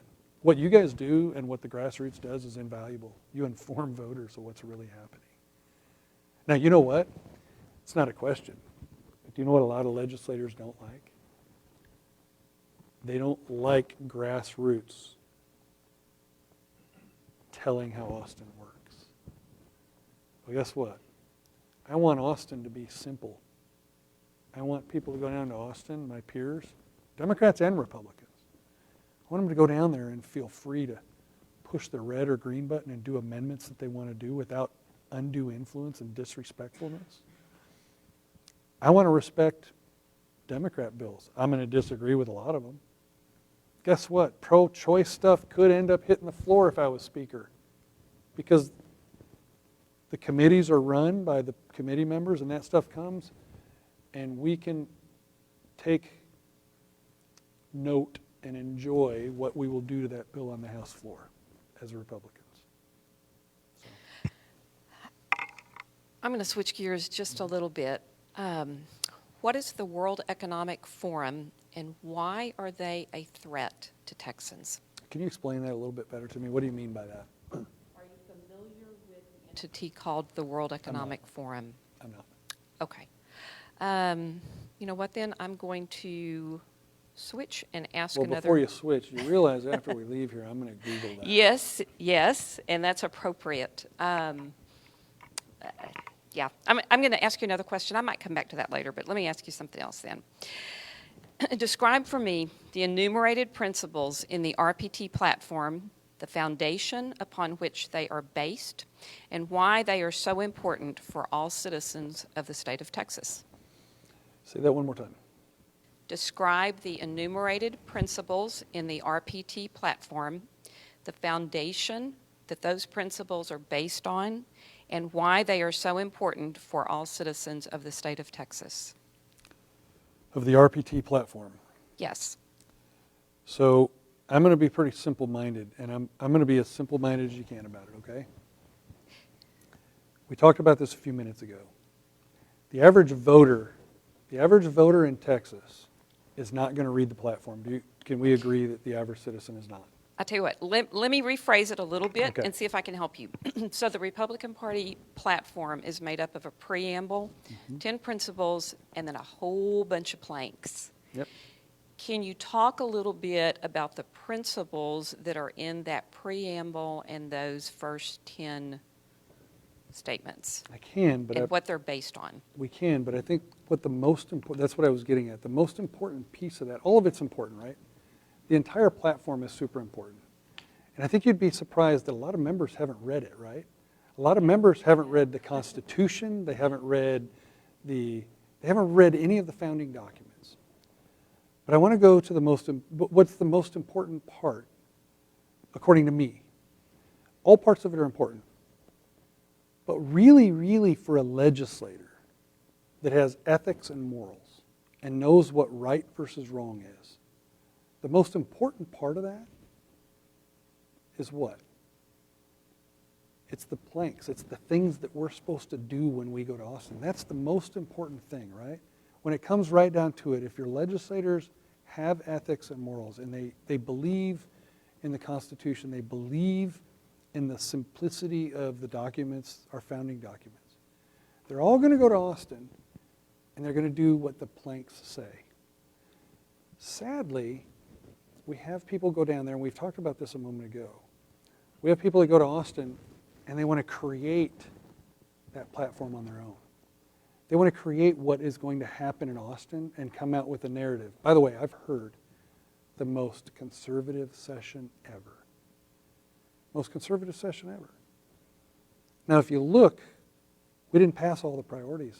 We didn't pass everything that was inside the Republican priorities. We didn't. Matter of fact, we left a lot of stuff on the table. And the stuff we did pass was weak.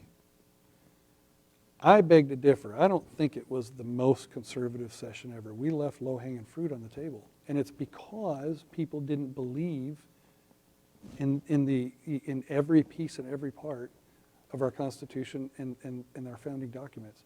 So, I mean, I wish the members would, go ahead.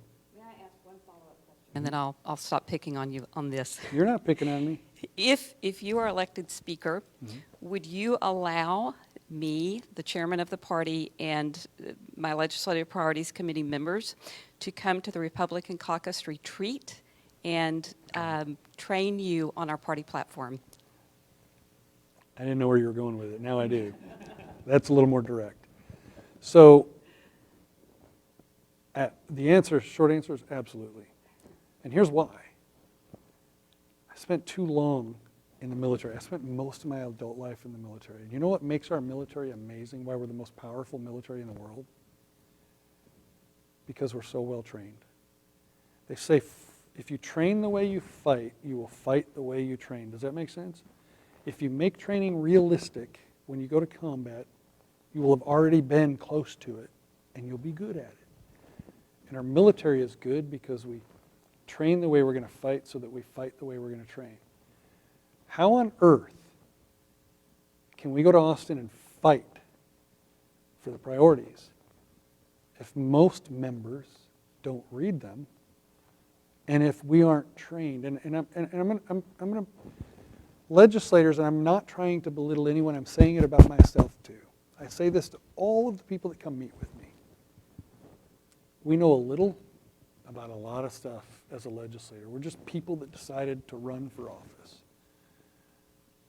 But the people in the professions and the things that bills affect know everything about that. And so as legislators, it's our job to listen to them and let them coach us and make us really good at that one topic. There's no way for a legislator to just go out and be a legislator and know everything. The reason I come full circle with that is, how can we, reading the priorities is one thing, but then hearing what the discussions behind it were and why it came and what fell off of the priorities and what fell off the priorities to make that priority number 8. What was 9? And why were these the 8 that were chosen? Those discussions need to happen, because then what it does is it gives the worldview to the legislator as to why these are the 8 and why they were that important that they hit there. And you get all of the knowledge and the background discussions that happen and all the arguments and the fussing.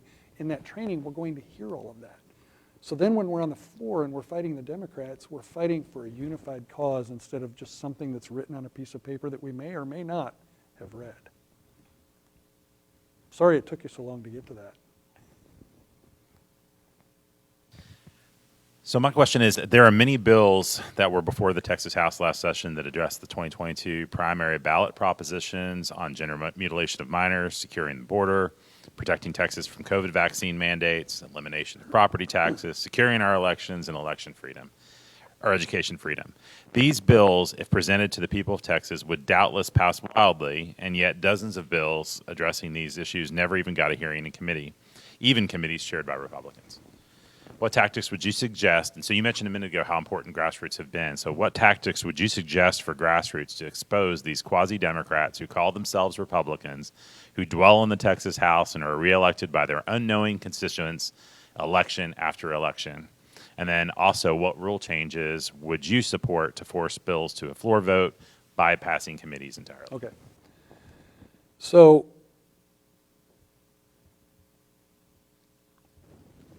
rhetorical question. Why is the Speaker of the House allegedly threatening members to vote no on a priority, right? No Democrat chairs. Yet he's not threatening people to vote for priorities, right? Think about that for a moment. The Speaker and the way that it's been created and formed over time has that base of power there. So I'm going to go to the last question that you had. What do we do to change it? What do we do to change it to make sure that everything gets a vote? And then I'll come back to the priorities that just sat there. I think there are rule changes that have to happen. They have to happen.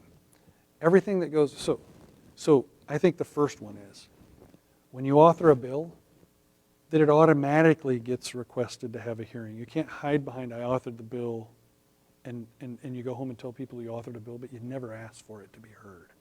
I think the second thing is, once it's heard, that every bill that's heard gets a vote with a name behind a yes or a no. Every bill that passes in that committee goes to the correct calendar. In that calendar, local and consent or general, every bill that comes there gets a vote of a yes or no with a name behind it. Every bill that passes that calendar gets added to the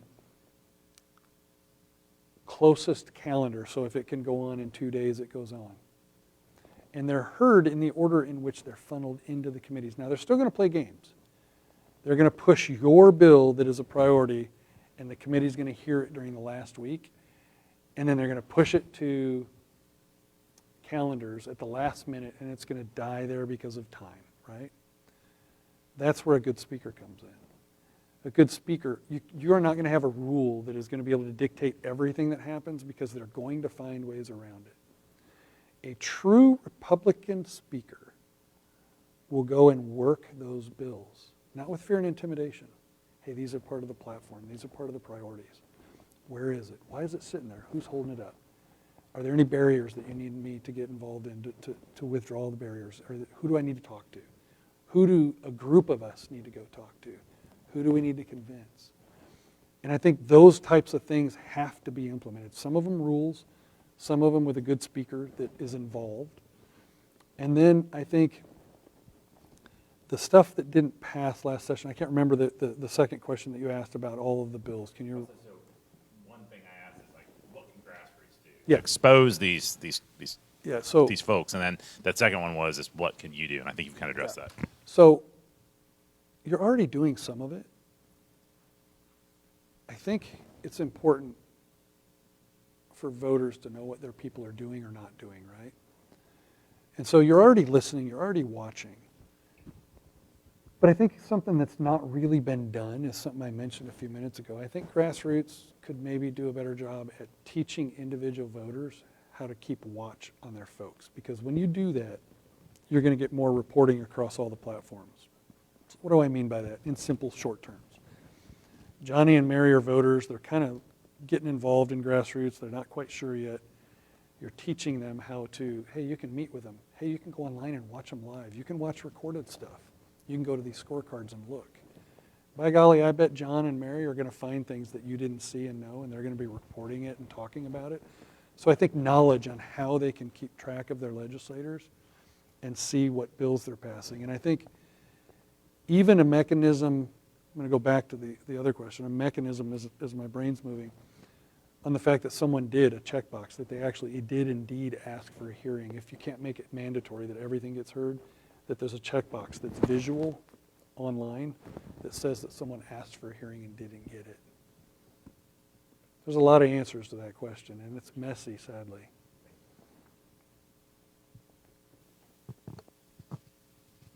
This next question is about parental choice in education.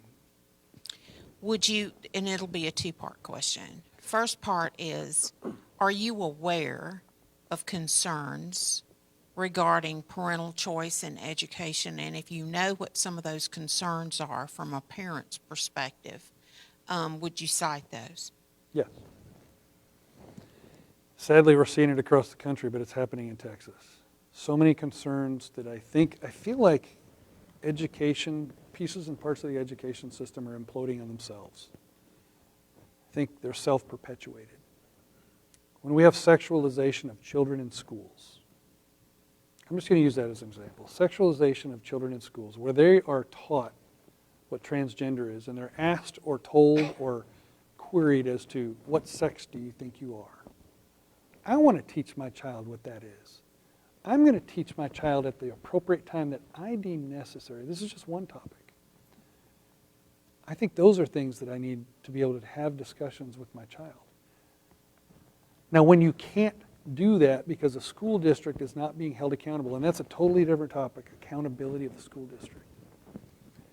I think a parent should have the choice to move their child to public, private, charter school, or homeschool. It should be their choice, and they should take their funding with them. It's not going to destroy the entire education system like some people think. If you look historically across the states, it ends up being less than 1%. But if someone is being told, has a child that's either being groomed or being sexualized in the library, or sexualized because they have to have boys in the girls' restroom, or I'm in a school where they're allowing girls to play in boys' sports, which we were supposed to have fixed, or there's a school that's not supposed to be teaching CRT, but they do it anyway. I mean, I could go on and on about the list of things. Or the school board is hiding things that a superintendent or a school board president did. Or, I mean, we see them in the news. We hear about them all the time. I think that the parental choice needs to come in where the parents get to choose what happens with their child. But then there's the flip side of that. I think that the school districts were failing at holding them accountable. I think TEA is failing at holding these school districts accountable to certain standards. Standards of discipline, standards of accountability. I think about these young children at these schools. An example was in one of the school districts in an area where I'm at, that I had a parent meet me on a Wednesday and say, I'm a teacher at a school district, I'm afraid to tell you this. I'm afraid for my name to be known. There was a substitute teacher for a week in the class that was LGBTQ. And they asked the children every day what sex they thought they were and whether they thought they liked boys or girls. And by the end of the week, they did a query on paper to ask how many children thought they might not be the sex they think they are. And over 50% questioned their sexuality. And if I remember right, it was third or fourth graders. Think about that for a moment. My daughter's in first grade at 6 years old. That's 8 or 9 years old. Substitute teacher. Where's the accountability? Where are the standards? Where's the discipline? Who's checking it? Why are teachers afraid to have their name used that they saw this? Why do we have librarians that are putting what I would consider pornography out for young children to see? Why doesn't TEA and each school district have standards for that are statewide? I mean, I could go on and on. It's broken, and it's wrong. So let me clarify what I really intended with that question. So everybody's talking about getting to see a school choice bill, to read the bill. Yep. Okay. So there are some long-running concerns that private school parents and homeschool parents have about school choice. Do you know what some of those concerns are? Yeah, if your child's already homeschooled or your child's in a private school, that they won't be able to participate in taking any of the money with their, is that what you're talking about? They can't take any of the money with them? They have to already be in a public school? Is that what you're talking about? No. Explain to me what you mean then, please. Well, I don't want to lead the witness, Okay. Mr. Tinderholt. So I'm just saying, are you aware of what would be probably the number one concern that parents who have already made the choice not to have their kids in public schools, but are either homeschooling, have them in a parochial or a private school? What would be the concerns about knowing what is in a school choice bill? What would be one of the first concerns? So maybe I'm still misunderstanding, but all of the bills that I've seen bring a percentage of your money, but it literally excludes people that are already not in the public school system. Almost every bill I've seen says that if you want to take your child from a public school and move them to a private or homeschool, you can't take the money with you if they're already in a private or at home. Okay. Is that We'll what you just, mean? we'll Okay. just, no, but I'll just let Mr. Glass go and we'll follow up on that later. Absolutely. Okay, this question is my only issue-oriented question of the evening or the afternoon, and it is what I consider probably the most important issue. Plank 257 of the RPT platform calls for a legislative declaration of invasion at the border so that Texas has a solid constitutional case to repel the invaders and deport the invaders who make it across. As Speaker, would you work to implement that instruction by the Republican rank and file? Do you think your opponent would? So I don't think my opponent would because he hasn't. I will tell you that even if it were not in the Republican priorities, I would push for it. I have been very fortunate on the committees I'm on where I've been to the border several times with both DPS and the National Guard. I've flown up and down the border. I've sat and talked to individual soldiers. I've spent time with commanders, spent time with DPS. met Border Patrol agents, was on the boats going up and down the river. I spent quite a bit of time down there. It's bad. It's, you know what the scariest part is? Seeing the young children that you know are being trafficked and knowing that our jails are so full that sometimes we're hearing that the human traffickers, there's not enough jail space for them. Knowing that I have friends that left the military and now they work in three-letter agencies, and their only job, a few of them are, to track adversarial nation people coming across the border. And the fact that those guys have a job and that's what they do should scare people. Bottom line is we're being invaded by drugs, by illegal immigrants, by human traffickers, by cartels. We're literally being invaded. Our nation and our state is being invaded. And it's imperative that we make that call. We have to tell the rest of the country and the world that Texas is being invaded, because it's not just being invaded by people from Nicaragua, El Salvador, Dominican. It's not, I mean, they're flying down there and then coming up. It's Syrians, Chinese, Russians. These people are coming across our border and we don't know what their intentions are. We don't even know how many of them we missed. The short answer is absolutely 100% wholeheartedly would push that narrative and try to influence in a positive way all 149 members. I don't know how Democrats can't see that this is a problem. I don't get it. It's unsafe and it's horrible to watch. Everyone, they forget the humanity side of those people being trafficked that are coming across. They're human beings. And they're being sex trafficked, and they're dying from heat, and I couldn't imagine the life of servitude in a sexual manner of being trafficked. It's just horrible, horrific. Right. I'm going to come back for just a moment on the school choice legislative priority and ask you this question. Have you ever known government to not place a condition when it gives out money?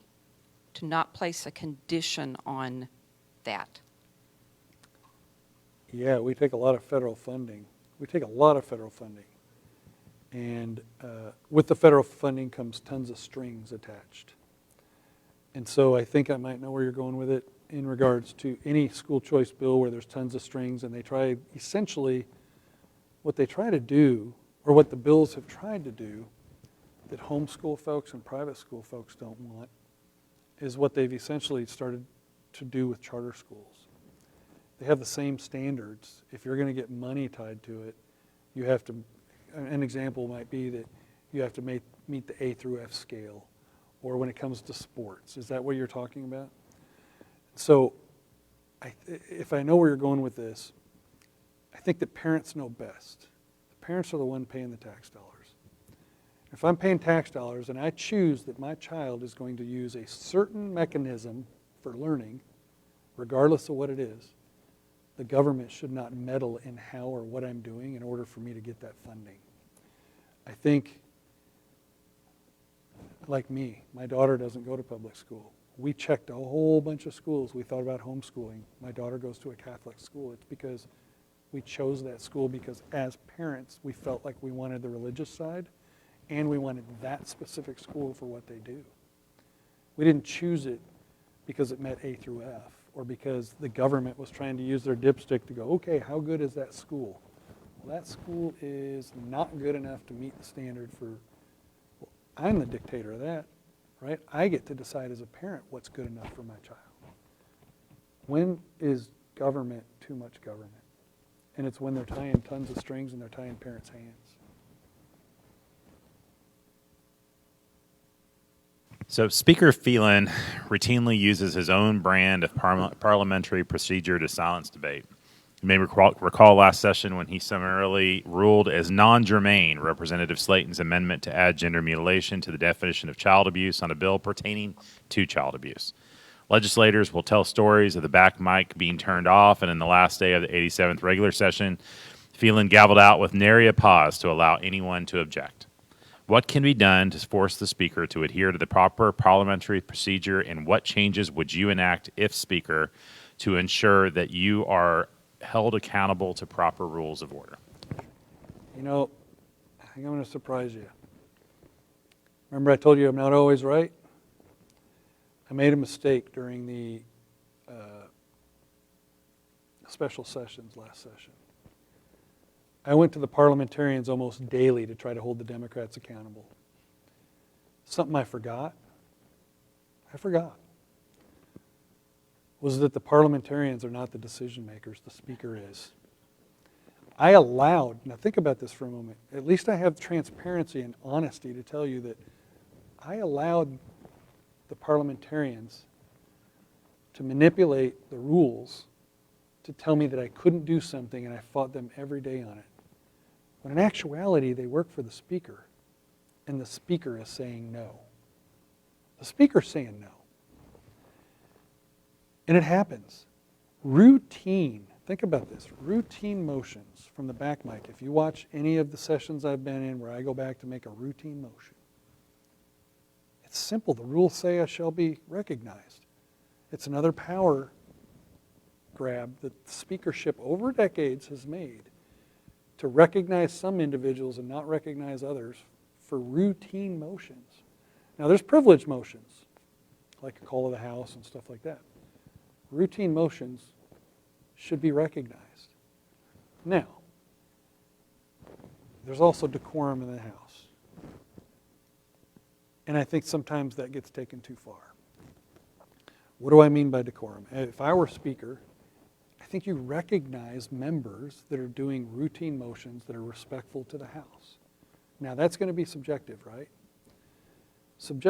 What I mean by that is if people are just going up there to kill time and waste time and just literally just do nothing back there other than if they're truly trying to make a motion to move something that I disagree with, you got to recognize them. They're representing their district. I think the rules are already pretty specific.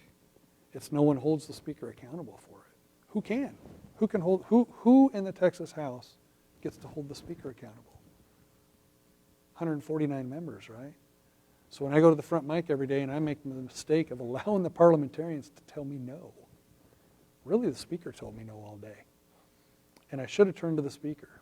I should say, you're really going to allow them to tell me no to go punish Democrats? Turning the mic off is one of the most disrespectful things that can happen, and I've had it done to me under Strauss. It's very, it's stressful, it's disrespectful, and I mean, we could do some additional rule changes, but I think it comes down to the mutual respect of the members. And look, let's be clear. The people that get the mic turned off and the people that aren't recognized for motions are never the people that are on the speaker's team that does what he tells them to do. It's people that have genuine questions and concerns. And to be honest, maybe they want to fight. But isn't that what the House floor is about? Is solving one another's differences and voting on something and informing one another of stuff. It's okay to fight. It's okay to fight on the House floor. I'm not talking punching. I'm talking about it's okay to fight. But that is used as a tool to shut people down. And I think it's disrespectful, dishonorable, and needs to stop.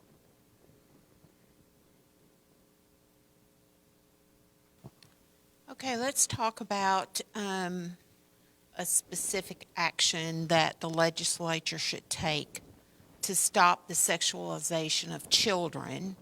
Let's talk about pornography, obscenity, smut, whatever you want to call it, in public school classrooms and libraries, in public libraries in cities and counties. Could you cite the number one action that the legislature should take to give parents and community members what they need to move forward to get this out of, well, let me just say it bluntly like this. It used to be that people said, if you want to live crazy and if you want to do awful, horrible, hideous things, you go do that on your own time and in the privacy of your own home, but leave the kids out of it. And it's no longer that. So Representative Tinderholt, what is the number one thing the legislature needs to do to move a barrier out of the way for the people of Texas? There's a lot, but I'll tell you number one, and then I want to. If I were to think of one thing that they could do to stop individuals from trying to indoctrinate the children of Texas into these sexual behaviors and pornography, I would say accountability. We need to legislate accountability because we can't count on TEA to use their rulemaking authority to hold people accountable. So I would say number one is accountability. I'm talking punishment. I'm talking losing jobs. I'm talking about criminal behavior. How can we have a school, an elementary school, be considered a sexually oriented business? You can't. So when you do those things in a school, you should be held criminally liable. Because I'm going to be pushing for businesses that do that stuff to be held as a sexually oriented business. Now, I think there's more that can be done than just the accountability piece, the punishment, the crime. We can create those things. But how about standards? Standards and discipline. We'll talk about standards. And where we get books, and where we get these things, and how they're gotten. A lot of people don't understand how that happens. And they'll say, oh, we bought a bulk of books from our group, the organization we get them from, and they're approved through TEA, and that's where they... Let's fix it. If that's what's happening, we can't just keep letting it happen and then fix it at the school level. Fix it at the TEA level. Fix it at the contract level. Fix it with the contractors and tell them if you sell these books to these schools, you will be held liable. You're accountable for bringing pornography into the school. You bought them, so you're held accountable. Your school district didn't review them, you're held accountable. Everyone across the line, because guess what? If we make things criminally liable and we hold people accountable, and everyone along the whole process knows they're going to be punished, I bet it stops really fast. I bet people spend the time and resources to stop this stuff from happening. And it's not just the books, right? It's some of the teachers. It's literally Alinsky's model, right? They're going to do things for a long period of time, and part of it is they're going to indoctrinate the children. And that's what they're doing. And it's horrific.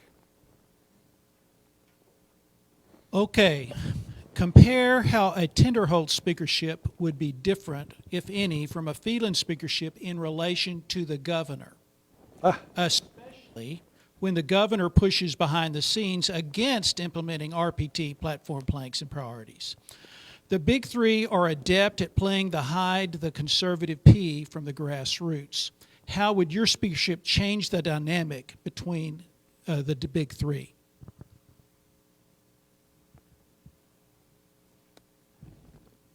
The governor won't meet with me right now because I fight him on stuff. He doesn't like it. And I'm okay with that. And it's okay to have a speaker that's not best friends with the governor. And I respect our governor. And I wanted people to vote for him in a general election. And I'm glad he won. But it's okay to have those three parts of government separate or unified.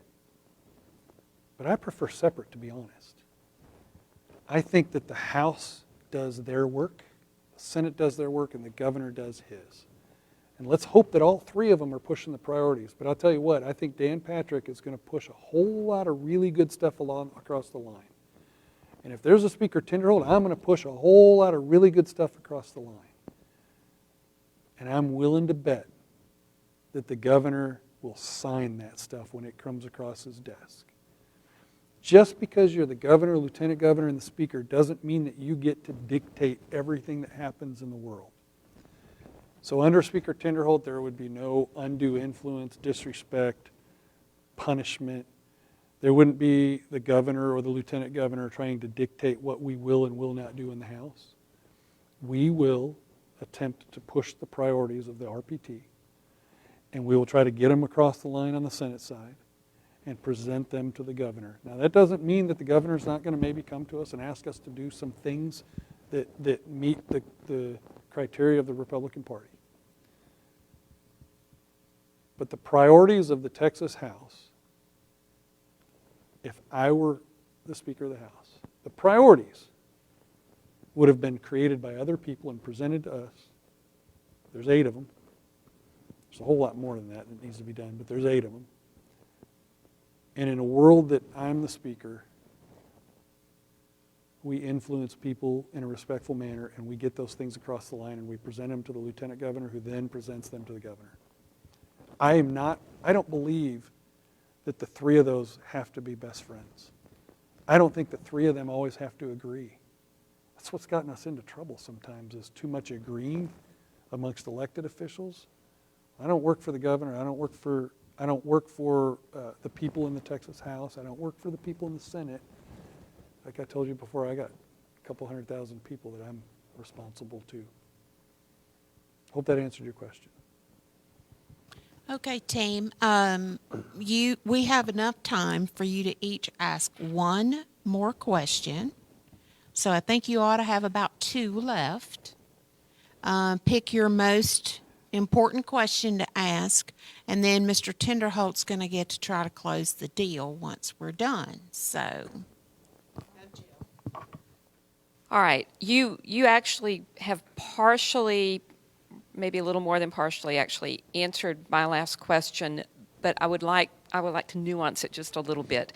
So in the 86th session, the Republican Party of Texas had 5 legislative priorities.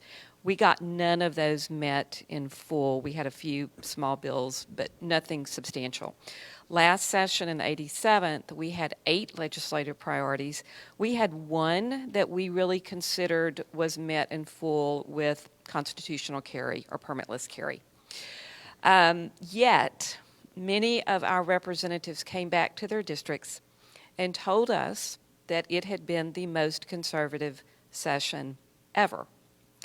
I would like to know your assessment of the 87th session and how the 88th needs to be different and why. And why were we told it's the most conservative session ever? Don't you want to come home and tell everyone that you had victory? I mean, honestly, as a human, as a person, you want to come home and tell everyone you had a lot of victory. Some of the people that are telling us that it was the most conservative session ever believe it. Some of them may not believe it, but they want to think that it was, right? Some conservative things happened. They did. Not to the level that I wanted or that you or the people in my district wanted, but some things happened. So if you do enough things and you do them part way, they're going to say it was the most conservative session ever. I disagree. I think that last session fell short on so many things. And really you can attribute it to leadership. I mean, honestly, it is. I'm not trying to slap him or be disrespectful to him, but all of the things that fell short, that could have made it literally the most conservative session ever,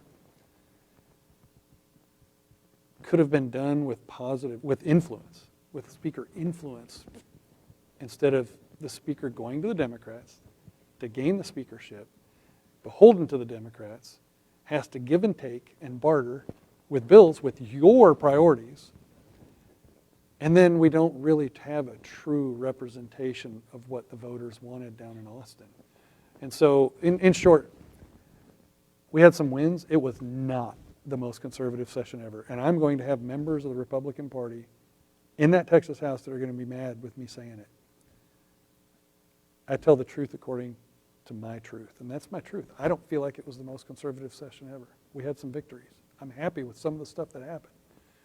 But when we have a majority House, Senate, and we have the governor, there's no reason every one of them shouldn't have passed.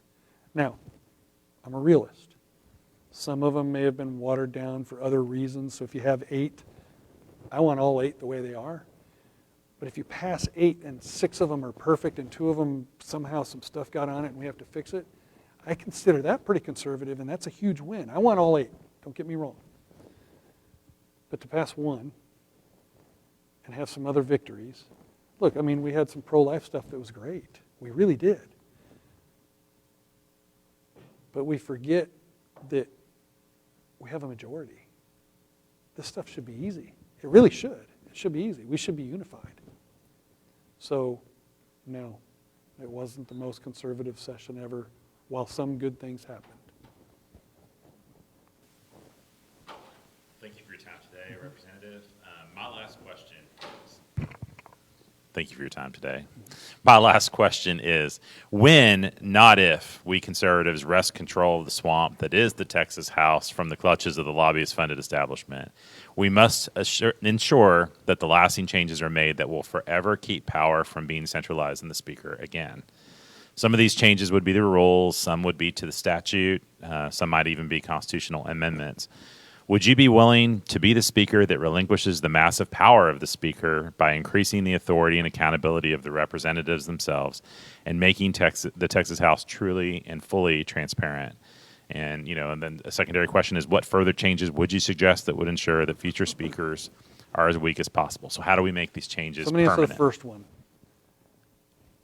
Absolutely yes. And I think I've stated it over and over that I don't think it should be centralized with the Speaker. The Speaker is going to have influence, but I don't think the Speaker should be a dictator. Part of it, so we talk about rules and we talk about policies. What we're not also talking about is culture.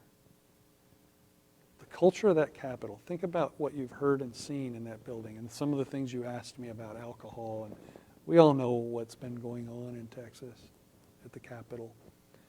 Part of it's cultural. Part of its rules, part of its historical precedent. The thing I pledge is that I will do everything in my sight that I can have any level of control over is to bring positive culture. We can enlist some of the rules. The place has to change. I'm not just talking about the speakership and the power of the speakership, okay? I'm talking about the members of the Texas House and how we conduct ourselves and what we do on a day-to-day basis and how we interact with our constituents and how we promise things and that we need to go down and exercise those promises by executing them. The short answer is yes. I can pledge to you that 100% I want to decentralize power. I want the power in the speakership's office to be pushed out to 149 members. I want the members to be making decisions. I want to push Republican priorities. I want to bring pride back to Texas, to our U.S. flag, to Christianity, to our education system, to our law enforcement and our district attorneys, and living in a state that is ruled by law and order, all of it. I think it's all super important and we're losing it, and someone needs to go to Austin and be in a position where it's decentralized and that it's not a dictatorship. Because look, I believe a lot of the Republicans there, they want to do good things. Surprisingly, a lot of them really want to. I know grassroots get frustrated. I'm down there. A lot of them really, really want to do good stuff. Fear and intimidation and centralized power is so detrimental to the process. It is. Some people want to please the people in Austin, and some people want to please the voters. Which one's right? Well, I know. I want to please the voters. Centralized power is such a harm to the process. Look what's happening in D.C. It's happening in Austin. It's bad. Election integrity was the #1 vote getter on the March Republican primary ballot regarding those propositions, which I like to call that the best opinion poll you could possibly get for Republicans to know what the base thinks. So the base said in March of 2022 that that was the most important issue. Then we had the SREC, the convention, where the delegates and the SREC, of course, is supporting all the legislative priorities that the convention goers, the delegates, identified that as the #1 issue as well. So when you reflect upon what the voters said on the March primary ballot and what the convention goers have said, and you reflect on on the primary and on the general election, Mr. Tinderholt, could you identify 2 of the top things that the legislature needs to promise to deliver for the people of Texas during the 88th legislative session where election integrity is concerned? I'm going to give you three. I'm going to one-up you. Number one is you've committed a felony if you've done anything that interferes with election integrity.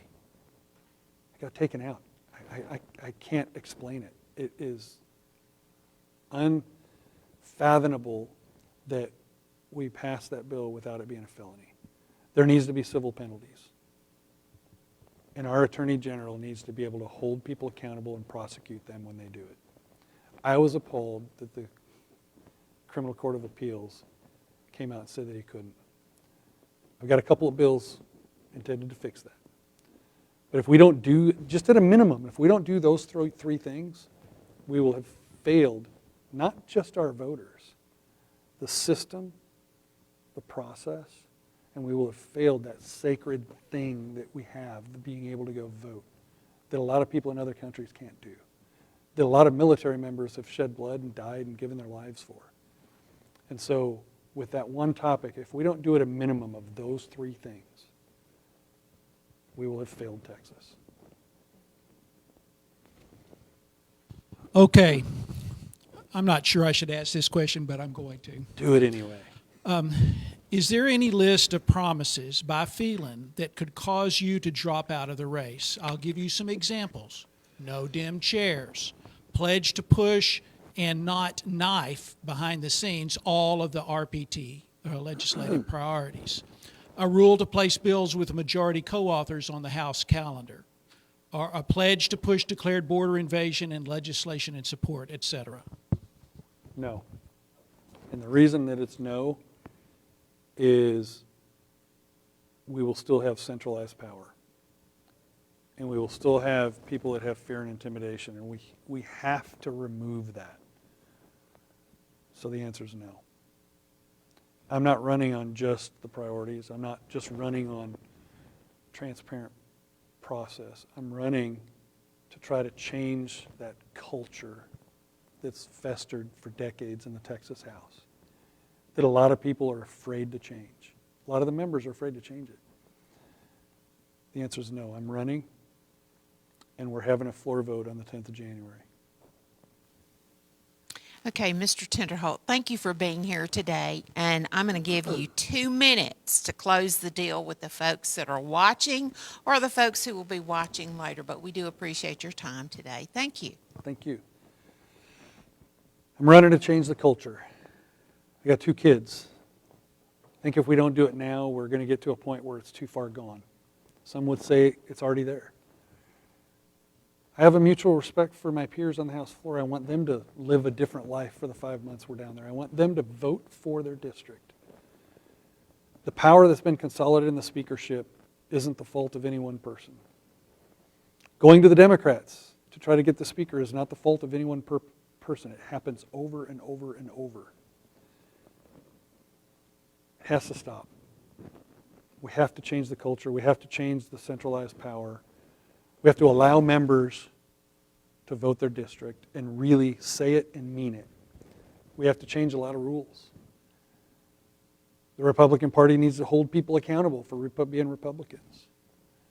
If I'm chosen to be the speaker, I will do my darndest to help the Republican members. When I say help them get reelected, I want to help them to follow the Republican priorities. I want to help people to try to make the right decisions on the floor if they have questions for me. If they don't, they're going to vote their district. I'm just been there 8 years, and I'm just so disappointed with the fear and intimidation. I feel pretty strong down in Austin. It even hits me sometimes in the gut where you're like, your friends are coming to you and asking you not to do something. Even this. I would say that I'm not the most popular person in Texas today, certainly not in the Texas House by some of my peers. I'm doing what I'm supposed to be doing. I'm doing the right thing. I'm not following one of the planks, the rule. I think conservatives are going to try to use that rule to tell you why they voted against me. And I would say that today I hoped that I convinced you why that rule had good intentions and it's never been followed. And we need to overcome that. So I would ask you, all the people out there, to call your state reps and ask them, implore them to vote for the person they think is right. And I think it's me. I'm going to change the culture. We're going to change how the Texas House works and change Texas politics. Thank you again, Mr. Tinderholt. I'd like to thank Jill Glover and Andy Hopper and Mr. Tom Glass for joining today. They traveled quite a distance to get here, but I appreciate, and I hope that the grassroots and the people that view this will be beneficial to them, because we've set forth some process issues here today, particularly for people who are new to the legislative process, that will help them understand it a little bit better. And maybe open the eyes of some of the legislators, the House members, that we certainly hope will view this and will hear your answers before they make their decision. Thank you.